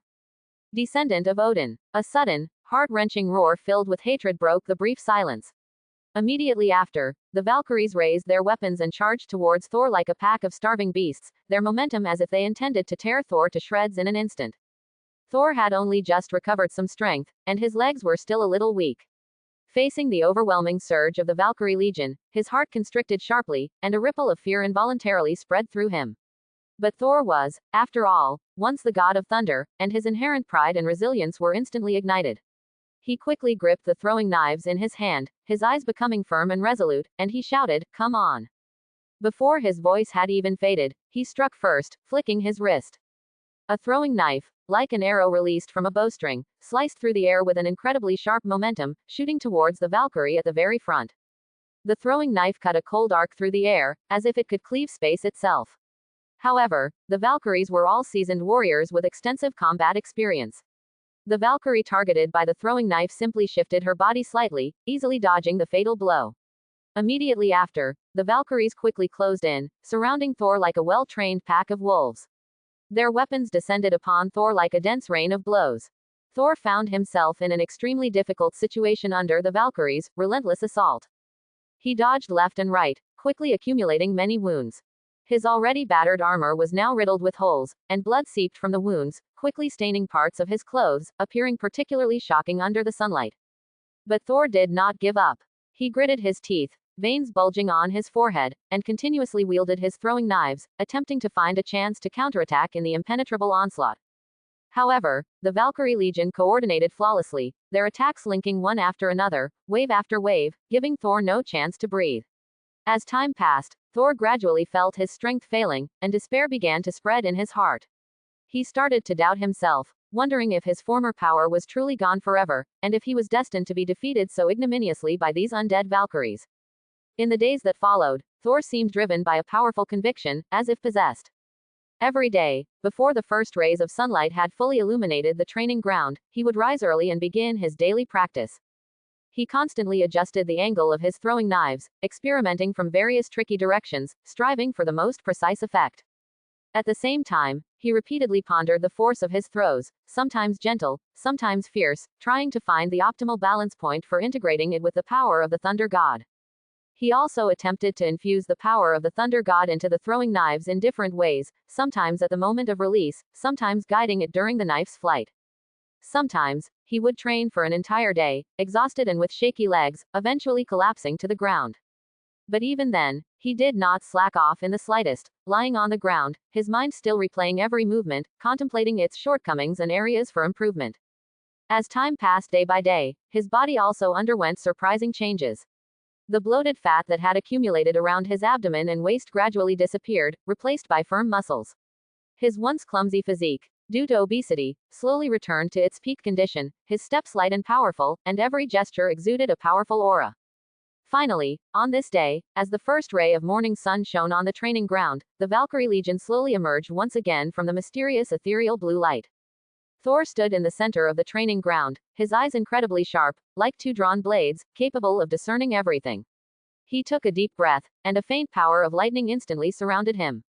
The power of lightning, like agile blue threads, coiled and danced around his body, emitting faint crackling sounds. The throwing knives in his hand, illuminated by the sunlight and the power of lightning, shimmered with dazzling cold light. As soon as the battle began, Thor displayed astonishing, reborn strength. His movements became incredibly agile, his figure elusive like a ghost. Each throw of a knife was like a shooting star chasing the moon, accurately hitting the Valkyries' vital points. The Valkyries noticed Thor's significant change, and a hint of surprise flashed in their eyes, but soon, their fighting spirit was completely ignited. They all sped up their attacks, attempting to overwhelm Thor with their numerical and coordinated advantage. However, Thor was like a ghost, weaving through their attacks with ease, dodging left and right, skillfully avoiding one fatal blow after another. Thor's wrists flicked rapidly, and in an instant, several throwing knives shot out simultaneously like a sky full of meteors. Each throwing knife was imbued with powerful lightning energy, and wherever it went, the air was scorched and distorted, emitting crackling sounds. These several throwing knives instantly forced back the surrounding Valkyries, who had no choice but to raise their weapons to block, and for a time, the sound of metal clashing was incessant. Immediately after, Thor let out a loud roar, pushed off with his legs, and leapt high into the air, quickly spinning around once. During the spin, he flung out a circle of throwing knives, which quickly formed a circular knife array in the air, sweeping towards the Valkyrie Legion with an overwhelming momentum. Seeing this, the Valkyries hastily raised their weapons to block, but the power on the throwing knives was too great. Wherever the knife array went, they were unable to resist, their steps continuously retreating, some even being directly knocked flying by the powerful impact. In the fierce battle, Thor grew stronger with each fight, his little leaf-flying dagger technique now perfected. At this moment, he was no longer passively taking blows, only able to defend himself. Instead, he began to actively attack, seizing the initiative in the battle. Every one of his attacks carried a suffocatingly powerful force, catching the Valkyries off guard. He flashed, instantly appearing behind a Valkyrie, and his throwing knife struck out like lightning. Before the Valkyrie could react, she was hit in a vital spot and crashed to the ground. Then, Thor quickly turned and charged towards another Valkyrie, his throwing knife cutting a beautiful arc through the air, accurately hitting its target. Finally, Thor let out a roar, pouring all the power within him unreservedly into his throwing knives. A massive lightning throwing knife slowly formed in his hand. The knife glowed with dazzling blue light, surrounded by thick lightning, as if containing the power to destroy the world. Thor forcefully hurled this massive lightning throwing knife towards the Valkyrie Legion. Wherever the knife went, the light intensified, illuminating the entire training ground with its blinding glow. The Valkyries were all struck, letting out cries of pain, and fell to the ground one after another. Thus, Thor, through his relentless daily efforts, successfully defeated the entire Valkyrie Legion. He stood in the center of the training ground, his feet firmly planted on the ground, looking at the fallen Valkyrie spirits, and let out a long howl towards the sky. The howl was deafening, soaring into the clouds, filled with confidence and pride. At this moment, he finally found his former self, the one who had once awed the world and feared nothing. This day, the streets outside the pawn shop were quiet, with few pedestrians. An old man, dressed in tattered and worn clothes, walked slowly into Morpheus's number 9 pawn shop with faltering steps. Morpheus was sitting at an antique tea table, meticulously arranging tea sets and brewing himself a cup of fragrant tea. Sensing someone entering, Morpheus looked up slightly, his gaze indifferently sweeping over the newcomer. When he clearly saw the person's face, Morpheus's lips curved slightly into a meaningful smile, and he softly said, "King Odin, what brings you here?" The old man walked directly to the other side of the tea table, sat down unceremoniously, and said in a slightly hoarse yet somewhat majestic voice, "I've come to thank you for looking after Thor, Orpheus." Morpheus chuckled softly, picked up the teapot, and poured Odin a cup of brewed Eastern Enlightenment tea, saying, "Thor and I merely have a fair transactional relationship. This enlightenment tea had a significant history. Back then, after the bald president fled to Taiwan, he was extremely short of money and reluctantly pawned it to the original number 8 pawn shop. It's worth noting that for one tale of enlightenment tea, Hanno had paid a staggering 1 ton of gold at the time. Black Shadow hadn't paid much attention to this tea back then, and Hanno hadn't actively pointed out its preciousness. Later, when Morpheus took over Hanno, in an attempt to curry favor with his new boss, actively offered up this enlightenment tea. Odin picked up the teacup, took a sip, and instantly, a hint of surprise flashed in his eyes. His slightly weary face brightened, and he praised sincerely, "It truly is a rare treasure, it has even deepened my understanding of the laws of the universe." Morpheus, who never liked to beat around the bush, immediately got straight to the point and asked, "Odin, you've come here this time, surely not just to share tea and chat with me, nor simply to express your gratitude, have you?" Odin was quite straightforward and said, "I sealed Thor's power, severed his connection with Mjolnir, and sent him to Earth, hoping he would learn leadership and teamwork there. But recently, I've noticed Thor's own power beginning to awaken. I ordered Heimdall to observe him in secret, and he informed me that Thor has come to you." Morpheus stated frankly that in Morpheus's pawn shop, as long as the pawned item was of equivalent value, Morpheus could help train Thor into a qualified king. With that, Morpheus waved his hand, and a light screen appeared out of thin air, displaying the history of Dragon Country's leaders from Qin Shi Huang and Emperor Wu of Han to the current Republican leaders. Odin's eyes lit up as he watched, and he said, "Mephisto, if you can help me train Thor into a qualified king, I will marry my eldest daughter, Hela, to you, and her dark dimension of death will also be offered as a dowry." This dowry indeed tempted Morpheus, but Hela, as a fellow monarch of the Dark Dimension series, Morpheus's true body was still absorbing and merging Dormammu's dark dimension and had not yet returned. With only a clone, it was truly difficult to contend with Hela. Morpheus proposed that he wanted a wisp of Hela's primordial soul. As long as he controlled this wisp of soul, it would be equivalent to holding Hela's life and death in his hands, otherwise, Morpheus truly dared not marry her rashly. Odin pondered for a moment and finally reached this agreement with Morpheus. Thor's life had completely fallen into a mechanical and monotonous cycle. At dawn, the sand in the training grounds was the first to sense his arrival, a subtle vibration spreading from beneath his feet. Wielding a throwing knife that shimmered with a cold, sharp glint, each swing of his muscular arm precisely calculated the angle, slowly infusing the faint, yet stubbornly burning power of the god of thunder within him, like a fine thread, into the blade.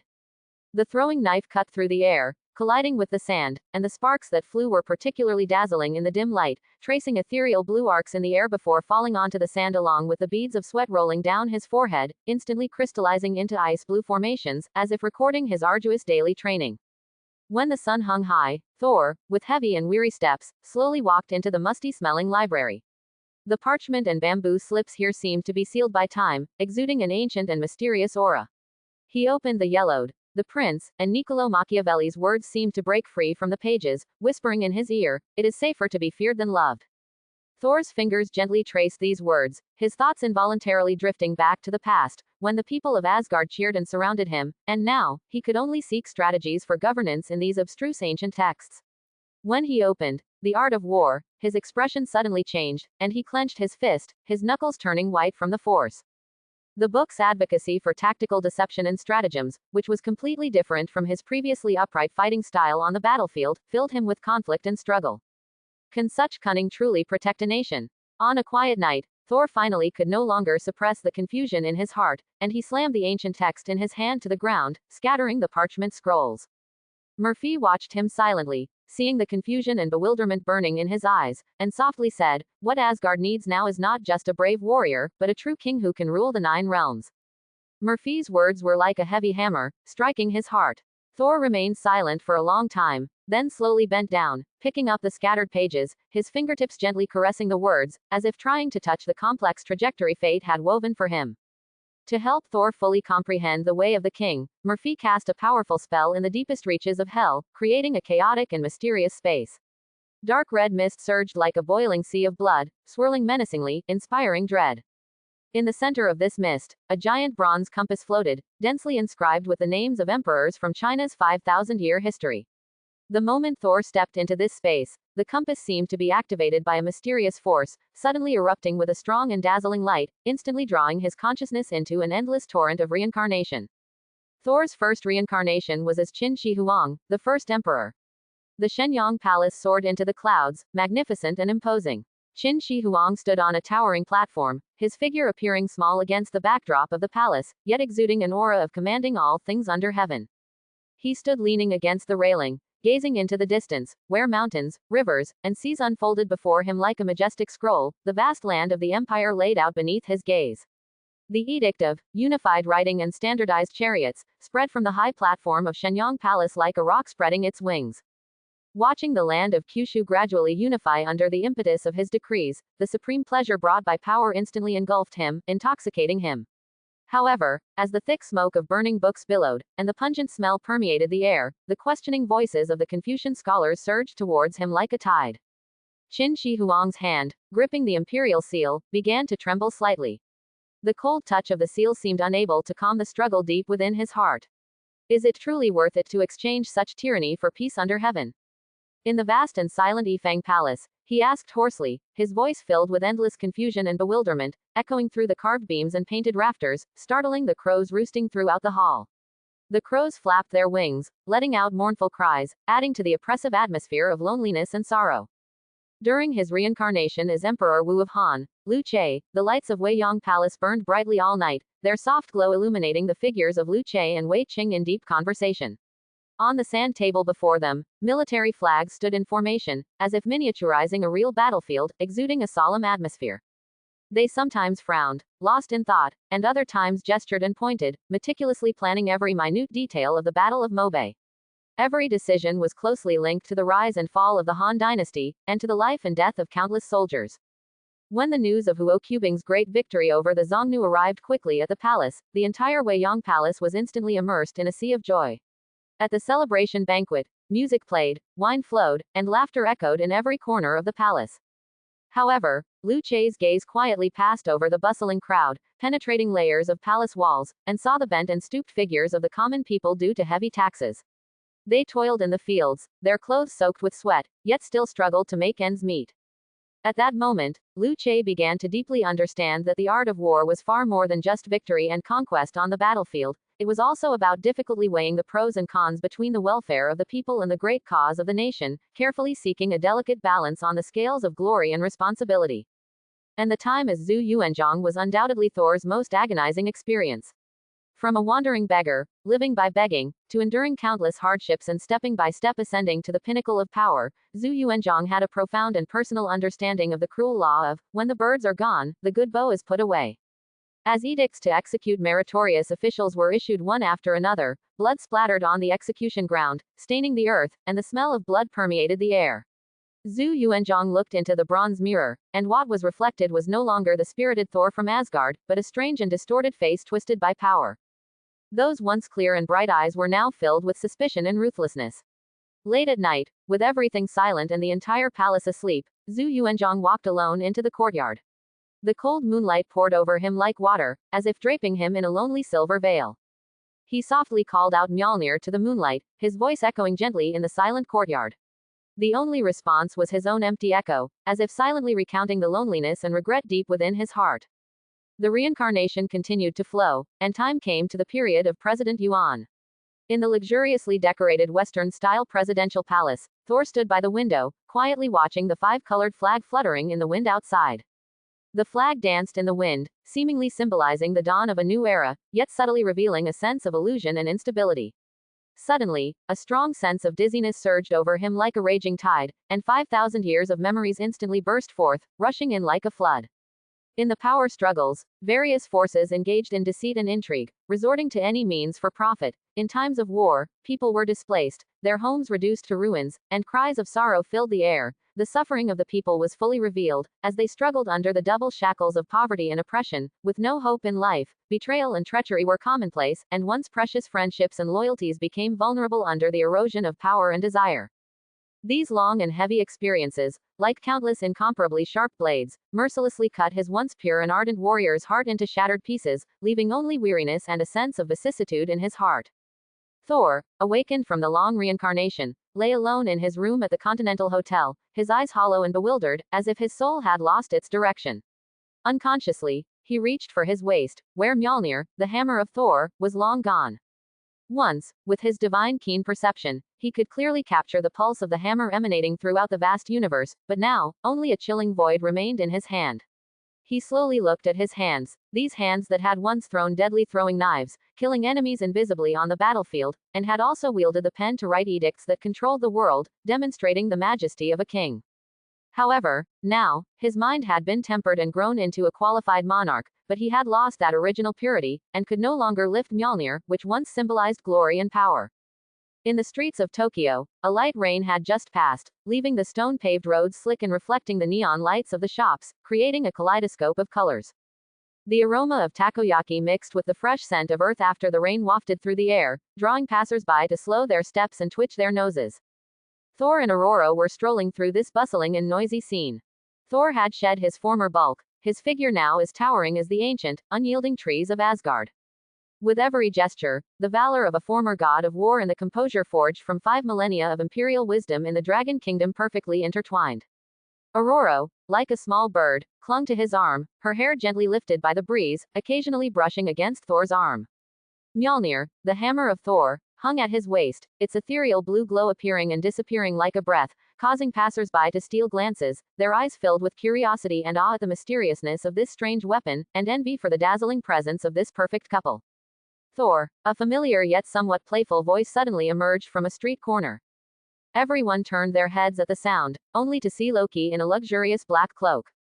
The cloak was wide and flowing, swaying gently with the breeze, like a slowly descending night sky. His green eyes beneath the hood, like two ghostly flames, flickered with cunning, much like a lurking beast that had long coveted its prey. Loki shook the gilded scepter of power in his hand, the gems embedded in it reflecting a cold light under the streetlights. His steps were elegant yet carried a hint of careless defiance as he slowly emerged from the shadows, a faint smile on his face, and he spoke. Father died because of you, and Asgard is being wantonly trampled by the frost giant army, now on the brink of collapse. Upon hearing this, Thor's lips slowly curled into a profound smile, a smile as mysterious as ancient runes, as if he had seen through all the secrets of the world. As this smile appeared, Loki's fluent words were instantly choked as if by an invisible hand, coming to an abrupt halt. The Thor of the past was as temperamental as a volcano ready to erupt at any moment, easily flying into a rage at the slightest displeasure. But now, his eyes were calm, without a ripple, as deep as the endless abyss of the universe. This starkly different demeanor caused a sudden unease to well up in Loki's heart, like vaguely sensing a huge, unknown vortex lurking beneath the calm lake. My dear brother, Thor said, opening his arms as if to embrace Loki. However, just as he was about to touch Loki, he suddenly extended his hand, gripping Loki's shoulder tightly like an iron clamp. The heat radiating from his palm was intense, making Loki involuntarily wince and a flicker of pain cross his face. Thor's voice was deep and powerful, every word seemingly squeezed from the depths of his soul, heavily striking Loki's heart. You are still the same, accustomed to using such clumsy lies to test people's hearts. Thor paused, his gaze like a torch, as if it could see through Loki's inner thoughts, staring intently into his eyes as he continued. If Odin had truly fallen, with your personality, why would you appear here alone? And how could you be so calm and composed, without any trace of panic? According to your nature, you should have already turned Asgard upside down or be hiding in some dark corner, secretly plotting. Upon hearing these words, Loki's pupils instantly constricted, as if someone had stabbed a sharp blade directly into the most secret corner of his heart. He instinctively tried to pull back, to escape Thor's grasp, but Thor's hand seemed infused with divine power, weighing 1,000 pounds, firmly pinning him, leaving him unable to move as if nailed to the spot. Helplessly, Thor pulled Loki to a slightly dilapidated eaves by the street, where the walls were covered with mottled moss and some debris was piled in the corner. Thor skillfully avoided the bustling, noisy crowd. At this moment, Aurora quietly leaned to one side, her eyes filled with amused interest, watching the tense confrontation between the two brothers. Her fingers gently rotated Mjolnir at her waist, the hammer's handle rubbing against her palm, producing a faint, rhythmic sound, as if setting a unique beat for this brotherly contest, a sound that was particularly clear in this slightly quiet corner. You've changed, Loki said, forcing a slight smile, trying to use it to mask the surprise and unease deep within him. But his slightly trembling voice, like a crack revealing a heavenly secret, exposed his complex emotions at that moment. I've learned to view Asgard from the perspective of the beings of the 9 realms, Thor said, releasing his hand from Loki's shoulder. He then calmly pulled out a string of tempting taiyaki from his pocket and offered it to Loki. Loki was momentarily stunned by the sight of the taiyaki, a look of surprise on his face, as if he had seen something strange that shouldn't be there. He then mechanically reached out and took it. As his fingertips touched the warm skin of the taiyaki, the familiar warmth instantly transported his thoughts back to his childhood in the Asgardian palace. At that time, he would often sneak into the kitchen like a little mouse when no one was looking, carefully pick up pastries, and then hide in a corner to feast. Those carefree childhood memories now surged into his mind like a powerful tide, a hint of tenderness flashing in his eyes. Thor leaned against the mottled, dilapidated brick wall behind him, etched with the marks of time, his gaze slowly drifting into the distance, his eyes revealing a longing and determination for the future, and he slowly said, "Father has sat on that old throne for far too long. Asgard now urgently needs a new dawn to light its way forward, for example, to completely put aside past grievances between the Frost Giants and the Asgardians and achieve true reconciliation. Long-standing wars have caused great suffering to the beings of the Nine Realms, it's time for a change." Loki took a bite of the taiyaki in his hand, the sweet taste spread in his mouth, the soft filling mixing with the crispy skin, but his mind was not on the deliciousness at all. Hearing Thor's words, his fingers trembled slightly, and the taiyaki in his hand almost fell. In fact, the idea of reconciling the Frost Giants and the Asgardians had flashed through his mind countless times like a meteor. However, due to Asgard's long-standing prejudices, the shackles of tradition, and the complex entanglements of various forces, he had never dared to put this idea into practice, not even having the courage to voice it. Now, hearing it from Thor's mouth, his heart rippled as if a stone had been cast into it. "Imagine," Thor deliberately lowered his voice, which seemed to carry a mysterious magic, as if sharing a shocking secret that could shake the entire universe, "you and I, brothers, working hand in hand, using your illusionary talents to reshape Asgard's borders, allowing the vast, boundless ice world of Jotunheim to perfectly merge with the magnificent, golden splendor of Asgard. We can create a brand new kingdom where different races coexist harmoniously, trade flourishes, and cultures intermingle. When we ascend the throne of Asgard under the name of co-rulers, what do the dissenting voices of those rigid, old-fashioned conservatives matter in the face of the popular will? The people yearn for peace and prosperity, and we will give them all of that." As Thor spoke, his eyes sparkled with fervent light, a light that seemed to contain endless hope and power, drawing Loki in involuntarily, as if he were immersed in the magnificent blueprint Thor described. He seemed to see a vibrant and hopeful Asgard, people of different colors and races laughing in the streets, and an endless stream of trading caravans.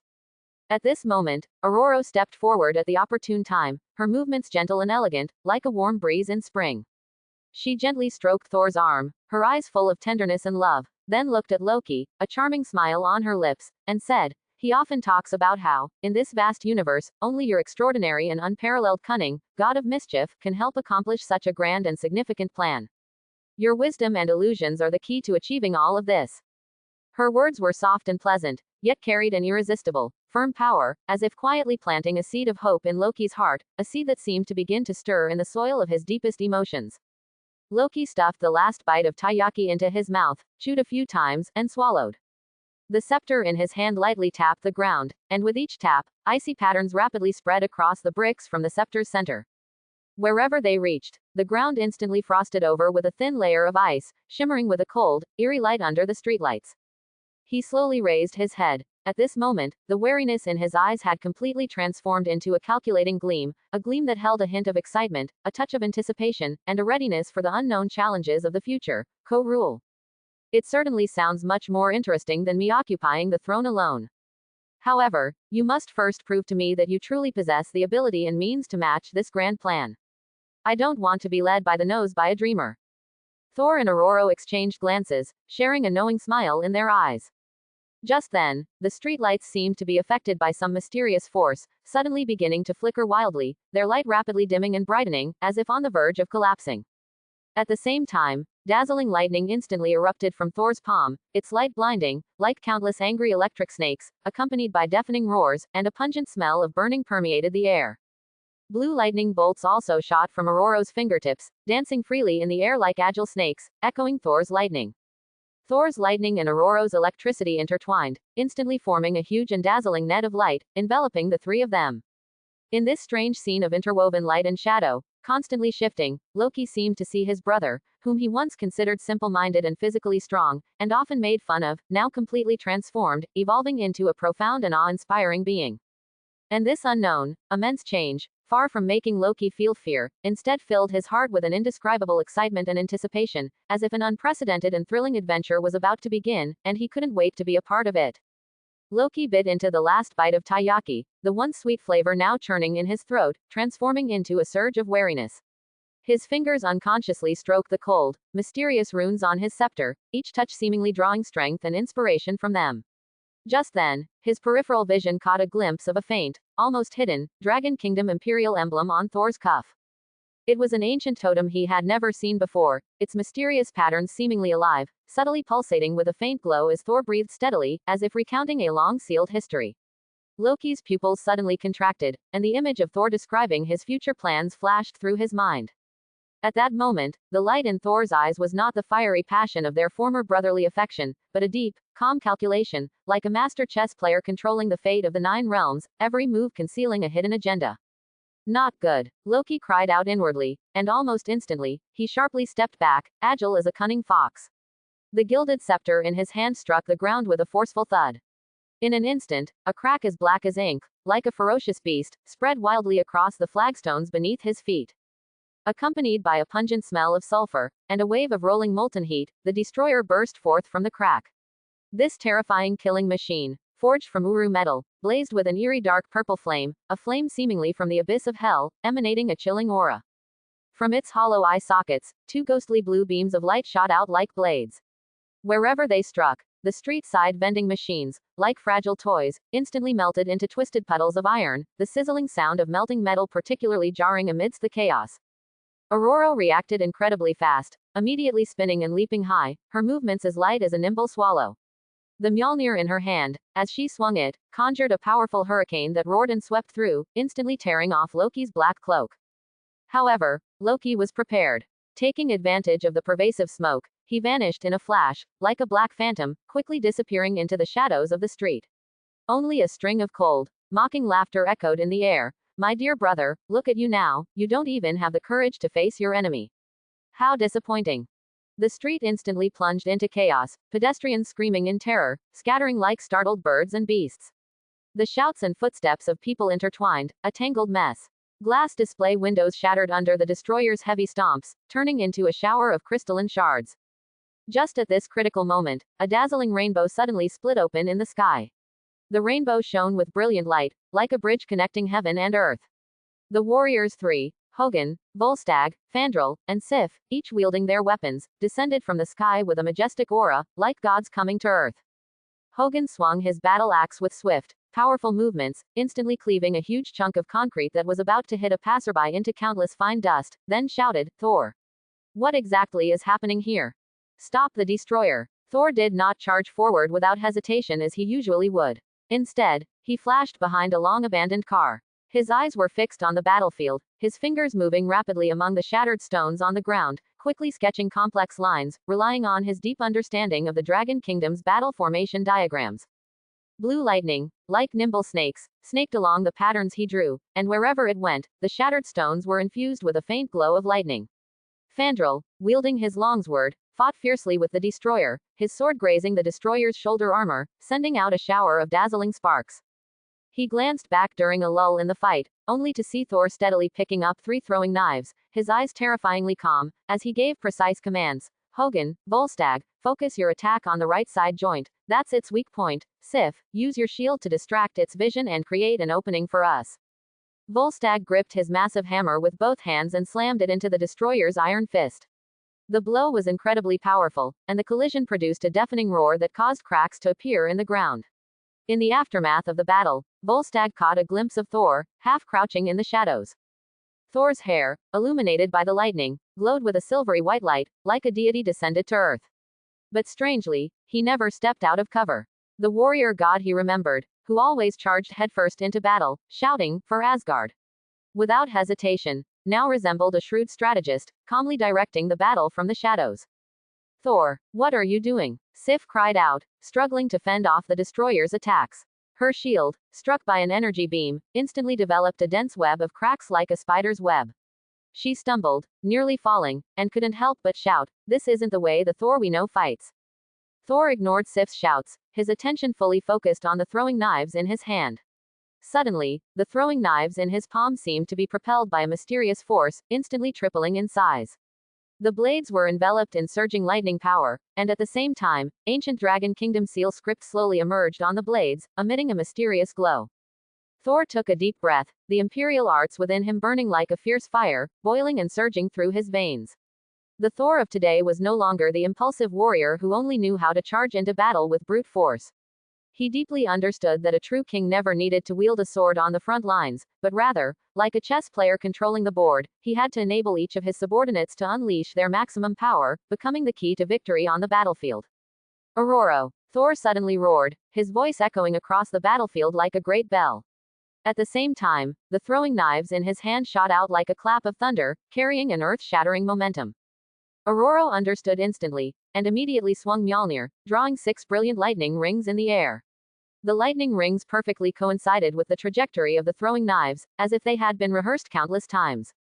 Just as the destroyer sensed danger and raised its arm to block, a look of kingly resolve flashed in Thor's eyes, and he shouted, "Now!" The warriors three heard Thor's command and launched their attacks in perfect unison.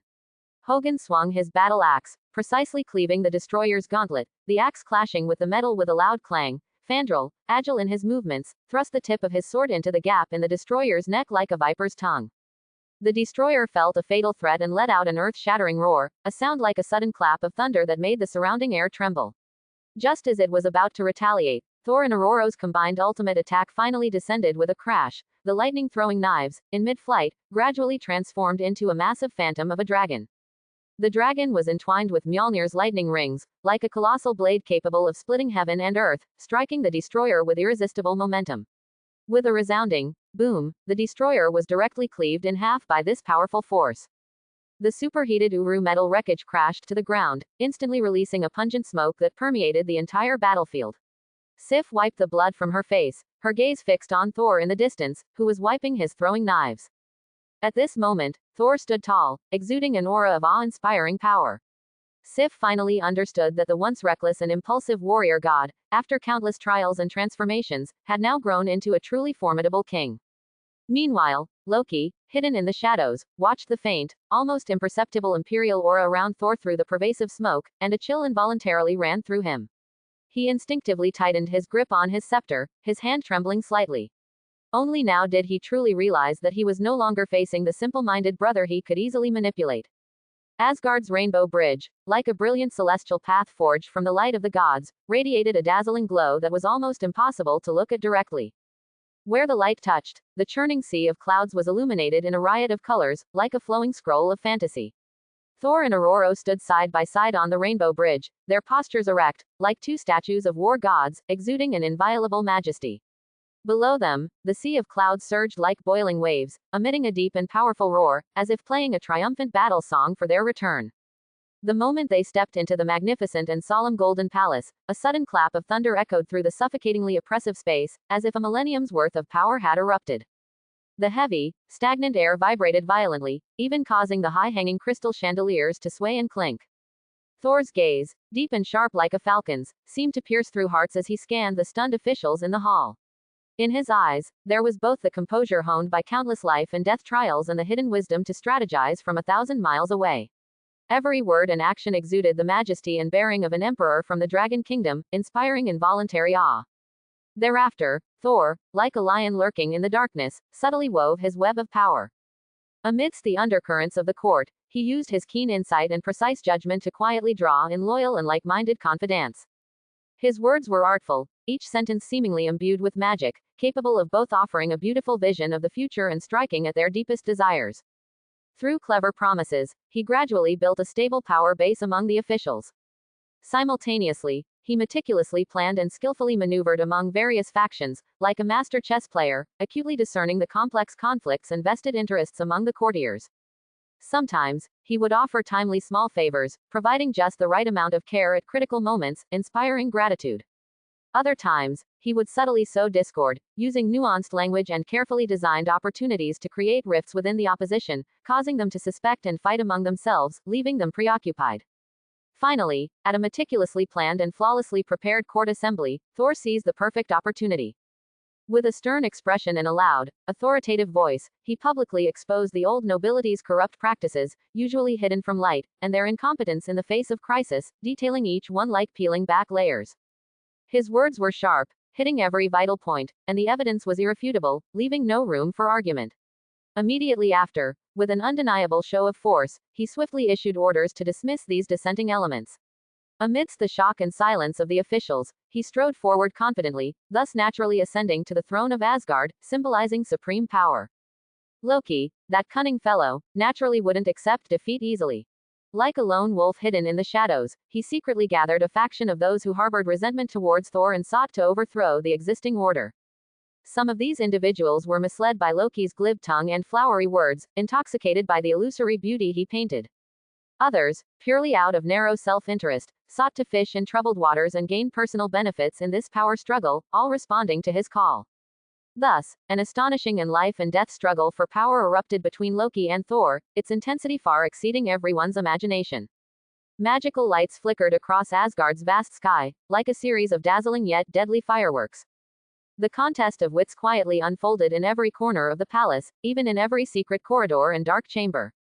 Loki fully unleashed his unpredictable and elusive illusions, sometimes conjuring realistic false images out of thin air to disrupt the vision of Thor's faction, plunging them into confusion and chaos.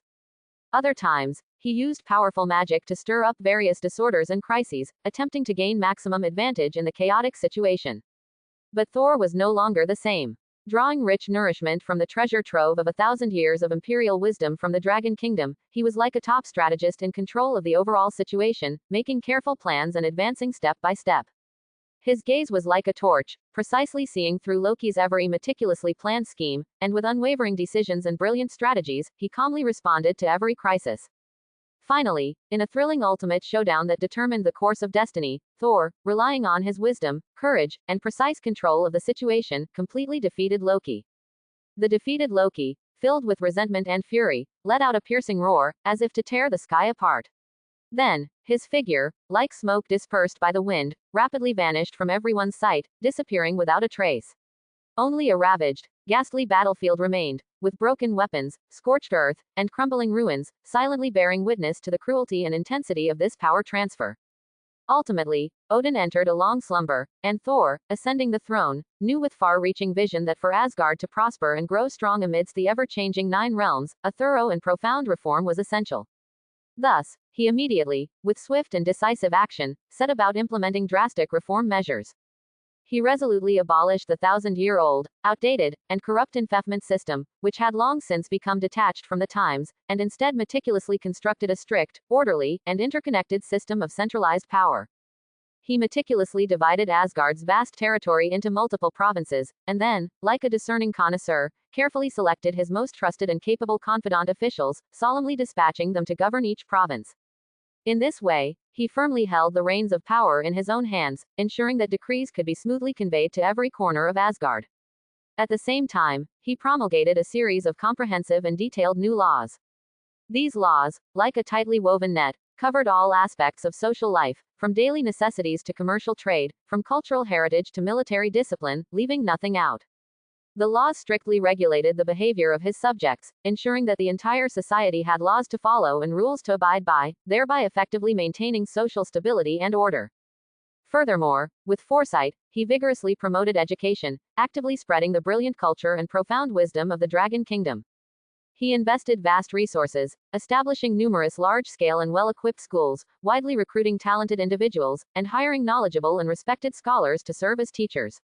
Under his efforts, a new generation of talented individuals with advanced ideas, noble character, and outstanding abilities flourished in Asgard like bamboo shoots after a spring rain. Not only that, Thor carried out a comprehensive, in-depth, and transformative overhaul of the Asgardian army.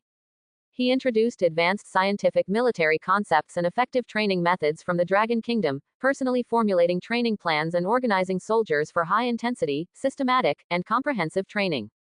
At the same time, he spared no expense, investing heavily in the research and development of new weapons and equipment. The improved lightning pulse gun, like a completely transformed divine artifact, not only doubled in power, capable of instantly releasing powerful currents to pierce enemy defenses, but also significantly improved in shooting accuracy, able to precisely hit targets in complex battlefield environments. Through Thor's unremitting efforts, Asgard successfully forged an elite army that was disciplined, tough, strictly obedient, and extraordinarily powerful, becoming a formidable force in the Nine Realms. Just as Asgard, under Thor's wise rule, saw all its endeavors flourish like the rising sun, presenting a scene of prosperity and vitality, the Dark Elves, led by their leader Malekith, launched a long-planned, unprecedented invasion. Their fleet, dark as ink, covered the sky like a vast, surging black cloud, blotting out the light wherever it went, instantly darkening the bright sky as if enveloped by a thick black curtain. The power of dark magic surged like a roaring black torrent, making the very earth tremble violently, as if the entire world was about to be dragged into an endless abyss of darkness, into a place of no return. Faced with the formidable and aggressive enemy, Thor remained exceptionally calm and collected, his eyes devoid of fear. His posture was as upright as a pine tree, standing firmly on the towering, incredibly sturdy city walls, overlooking the prepared and high-spirited Asgardian army below. His eyes gleamed with a firm and confident light, a light like a burning torch, piercing through the darkness, as if declaring to the enemy, Asgard will never be easily conquered, every inch of this land will be soaked with the enemy's blood and will witness our glory and victory. With a thunderous command from Thor, the Asgardian army, like enraged tigers descending from the mountains, charged towards the enemy with an overwhelming and unstoppable force.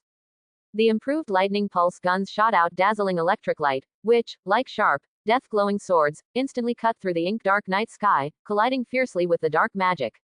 In an instant, light splattered everywhere, emitting a deafening roar that echoed through heaven and earth, as if the sky and earth were clashing violently at that moment. The warriors coordinated seamlessly on the battlefield, like a tightly integrated fighting machine. They skillfully employed the exquisite tactics learned from the Dragon Kingdom, sometimes weaving through the enemy like agile fish, unexpectedly attacking their flanks. Other times, like brave hunters, they quickly divided the enemy, completely disrupting their once orderly formations, plunging them into chaos and panic. Thor, furthermore, led by example, personally engaging in battle and bravely slaying enemies.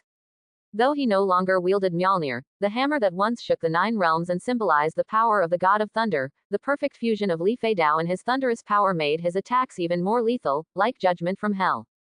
Each time he threw a flying dagger, it was accompanied by a dazzling flash of lightning, like a divine punishment descending from the sky, and instantly, dark elves fell under this incomparably powerful attack. Wherever the flying daggers went, lightning raged, as if death was wielding his merciless scythe, wantonly harvesting lives on the battlefield, leaving a trail of devastation. Aurora also fully unleashed her immense power, like a goddess controlling the forces of nature, manipulating lightning and storms to create chaos and destruction among the enemy. The lightning she summoned, like divine whips of infinite wrath descending from the sky, lashed out fiercely at the enemies, instantly reducing them to ashes. The storms she conjured, like roaring beasts opening their gaping jaws, mercilessly swept the enemies into their midst, leaving them to struggle and shriek in the tempest. She and Thor coordinated with each other, their powers blending like milk and water, forming an unbreakable and impenetrable defense, causing the Dark Elves' attacks to surge like tides, only to be repelled again and again, shattering against their lines. After several days of arduous, brutal, and fierce fighting, the Asgardian army finally achieved a decisive victory, thanks to their unyielding will, excellent tactics, and formidable strength. Malekith's army, under the fierce assault of the Asgardian forces, scattered like withered leaves swept by a gale, fleeing in disarray. Malekith himself, during his escape, was like a stray dog, frantically rushing about. Thor's gaze, sharp as lightning, precisely caught his trace, and a flying dagger shot out from his hand like a meteor. The dagger, carrying a fierce whistling sound and immense power, instantly struck Malekith, who didn't even have time to let out a scream before dying on the spot. After the battle, Thor found the mysterious Reality Stone, imbued with the power to destroy worlds, in the Dark Elf camp. He knew that if this gem fell into the hands of those with ill intentions, it would bring catastrophe to the Nine Realms and unleash an unimaginable disaster. Therefore, after careful consideration and deliberation, he ultimately entrusted it to Aurora for safekeeping. He believed in Aurora's strength and wisdom to properly guard this dangerous gem. Meanwhile, far away at Pawnshop No. 9, I was leisurely seated in an antique armchair, exuding the aura of ages. A subtle, meaningful, and triumphant smile played on my lips. Everything had unfolded exactly as I had meticulously planned and orchestrated, every step under my precise control. From the beginning, I, like a secret guide, skillfully led Thor to learn Eastern martial arts and the way of an emperor, laying crucial groundwork for his future growth and transformation. Then, like a puppeteer behind the scenes, I cleverly instigated the conflict between him and Loki, plunging Asgard into chaos and turmoil, thereby creating an excellent opportunity for my plan. And now, with the invasion of the Dark Elves, every stage was like a carefully placed chess piece, echoing and complementing each other, steadily pushing the situation towards my desired direction. Now, Thor had successfully become the king of Asgard, and I, as the hidden force behind it all, finally awaited the moment to reap the fruits of victory. When Aurora appeared at the pawnshop with the reality stone, I elegantly rose from the armchair, a warm smile gracing my face, and greeted her with a cheerful expression. "You've worked hard, Aurora," I said with a smile, a hint of subtle, almost triumphant ease in my tone. Then, I slowly extended my hand, which seemed to possess an invisible gravitational pull, and took the reality stone, radiating a mysterious glow as if containing the secrets of the universe. The moment my fingers touched the gem, I could clearly feel the immense power it contained, as if a surging, boundless energy flowed through my fingertips, a power both awe-inspiring and infinitely tempting.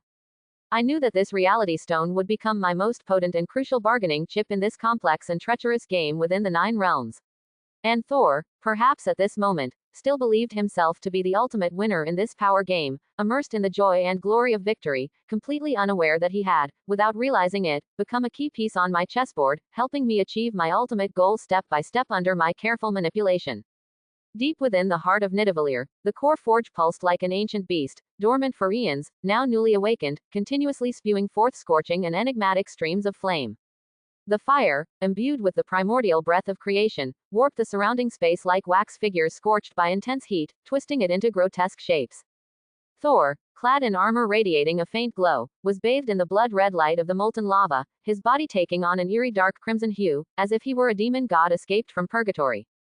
King Gruul of the dwarves stood beside the forge, the colossal anvil in his hand so heavy it seemed capable of crushing stars, each hammer blow shaking the ground like turbulent waves.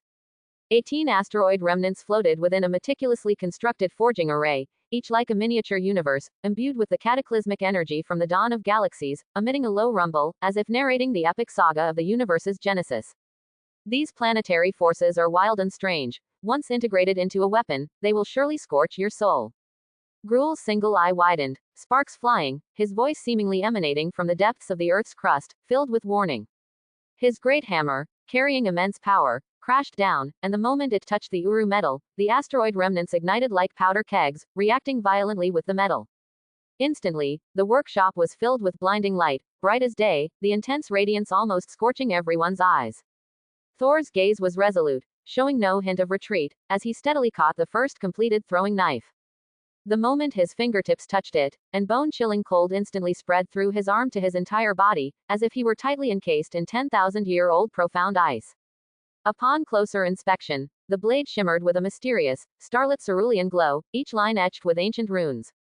These runes seemed to whisper the endless mysteries since the universe's birth, or perhaps the murmured prayers of ancient gods. When all 18 throwing knives resonate, even fate can be severed. Gruul's warning was diminished by the roar of the forge, but Thor's mind was made up, his eyes firm, he unhesitatingly sheathed the throwing knife. In his heart, to prevent the terrible Ragnarok and save the 9 realms from peril, no sacrifice was too great. In an extra-dimensional plane, the sky resembled a boiling sea of blood, flowing with terrifying liquid flames. Searcher stood atop the flames, the demonic sword, Twilight Sword, in his hand radiating an aura of despair. Wherever the sword passed, space tore apart like a shattered mirror. With a deafening roar, millions of fire demons surged out of the spatial rifts like a raging tide, their roars intertwining, seemingly intent on tearing apart the tranquility of the entire world. Thor hovered above the scorching sea of lava, his robes fluttering fiercely in the heatwave. 18 divine throwing knives circled him, spinning at high speed, forming a dazzling star ring. The light emitted by the star ring collided with the liquid flames, producing a sizzling sound. The runes on the surface of the throwing knives, like awakened spirits, lit up one by one. The rune light resonated strongly with the planetary forces, and the surrounding space, unable to bear the burden, began to violently distort, with black fissures appearing, through which unknown horrors could vaguely be seen. Feel the wrath of the planets.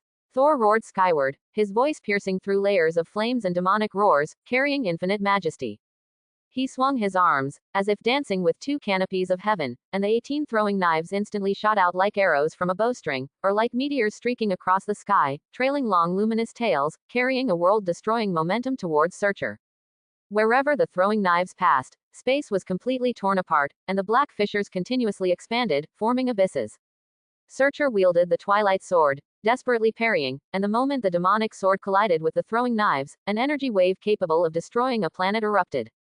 The energy wave spread in a circle, and wherever it reached, distant volcanoes shattered, and scorching magma scattered like fireworks, staining the sky even redder. Thor seized the opportunity, gathered all his strength, and unleashed his ultimate technique. In an instant, the 18 throwing knives' light surged, instantly merging into one, transforming into a colossal light blade that blotted out the sky. The light blade, imbued with planetary power and Thor's divine will, slashed towards Searcher with an unstoppable momentum. Boom! An earth-shattering explosion sounded, so loud that even the laws of the universe trembled. The extra-dimensional plane began to totter, the earth collapsing and twisting as if kneaded by a giant's hand.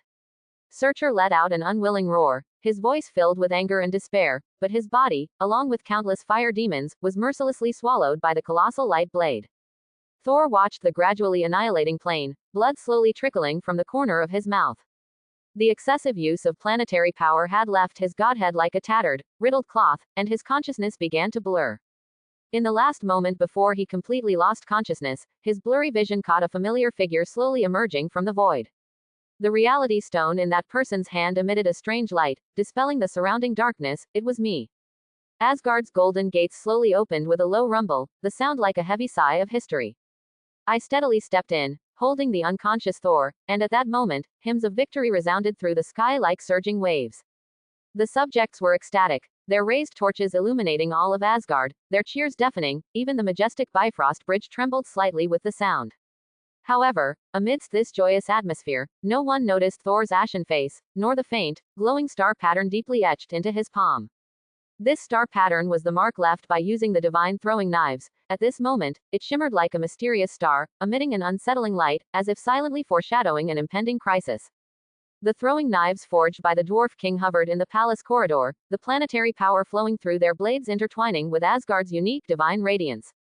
The collision of these two powerful forces cast twisted light and shadow across the floor, the shadows writhing like living things, as if narrating this legendary tale.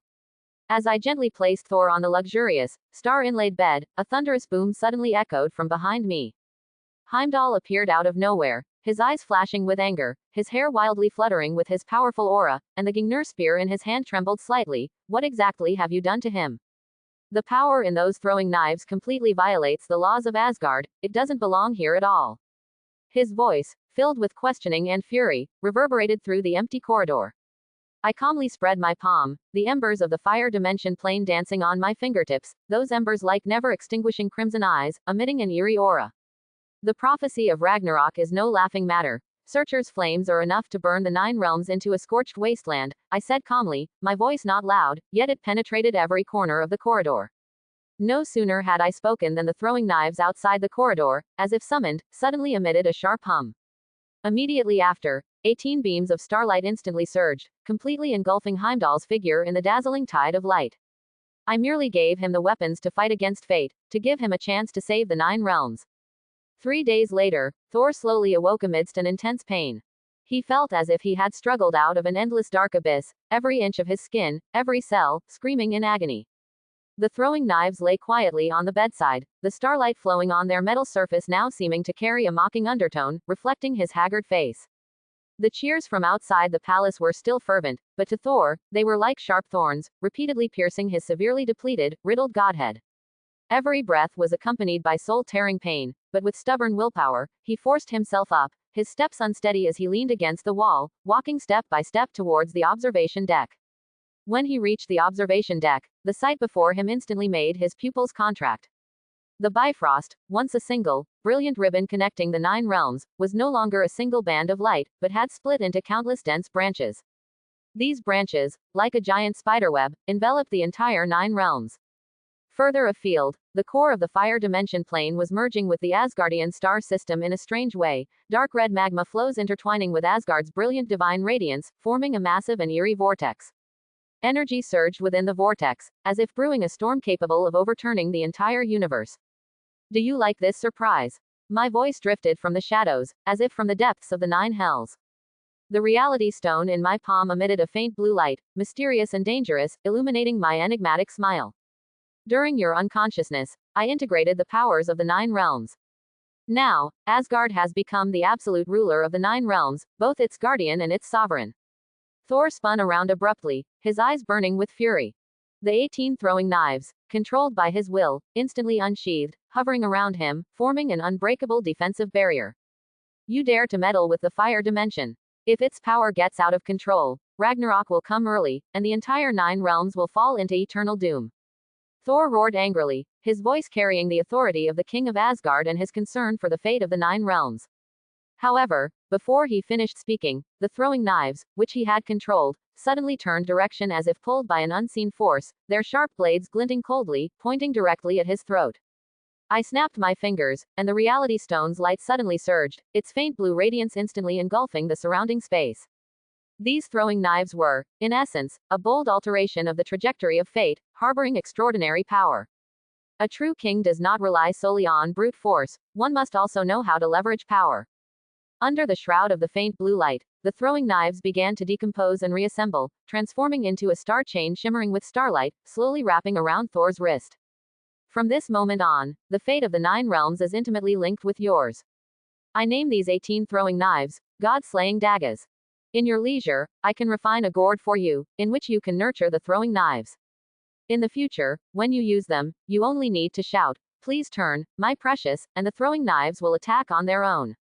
Hearing this rather unoriginal description, Thor's mouth twitched, almost making him cringe so hard his toes would dig a 2-bedroom apartment into the floor, and he quickly waved his hand, saying, "No need, I think this is perfectly fine as it is."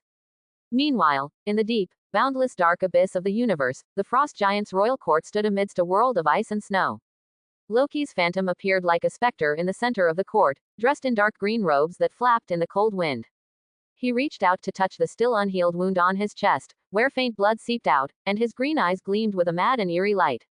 Thor thinks that by defeating Searcher he can rewrite the prophecy of Ragnarok. Utterly absurd. His laughter echoed through the hall filled with ice shards, sharp and piercing, startling countless icicles to erupt from the ground, shimmering with cold light in the gloom.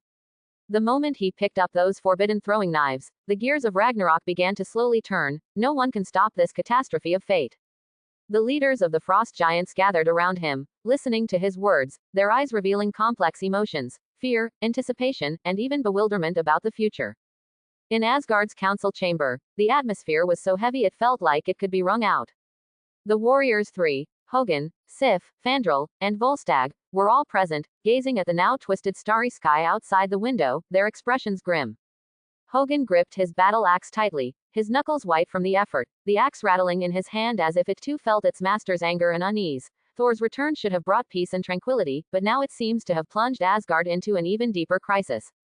Sif gazed at the shield in her hand, its runes, once shining with divine light, now dim, as if life was draining from them. Her voice was low, tinged with worry. "We must find a way to break this star chain as soon as possible, otherwise, the 9 realms will become innocent sacrifices in this power game, plunged into endless darkness and destruction." Fandral and Volstagg exchanged glances, silently nodding, their eyes revealing determination and resolve, ready to pay any price for the future of Asgard and the 9 realms. As for me, I stood alone at the boundary between the fire dimension and Asgard, surrounded by chaos and disorder. The Reality Stone and the power of the new plane were slowly merging, 2 powerful forces colliding and intertwining, producing an eerie and dangerous fluctuation.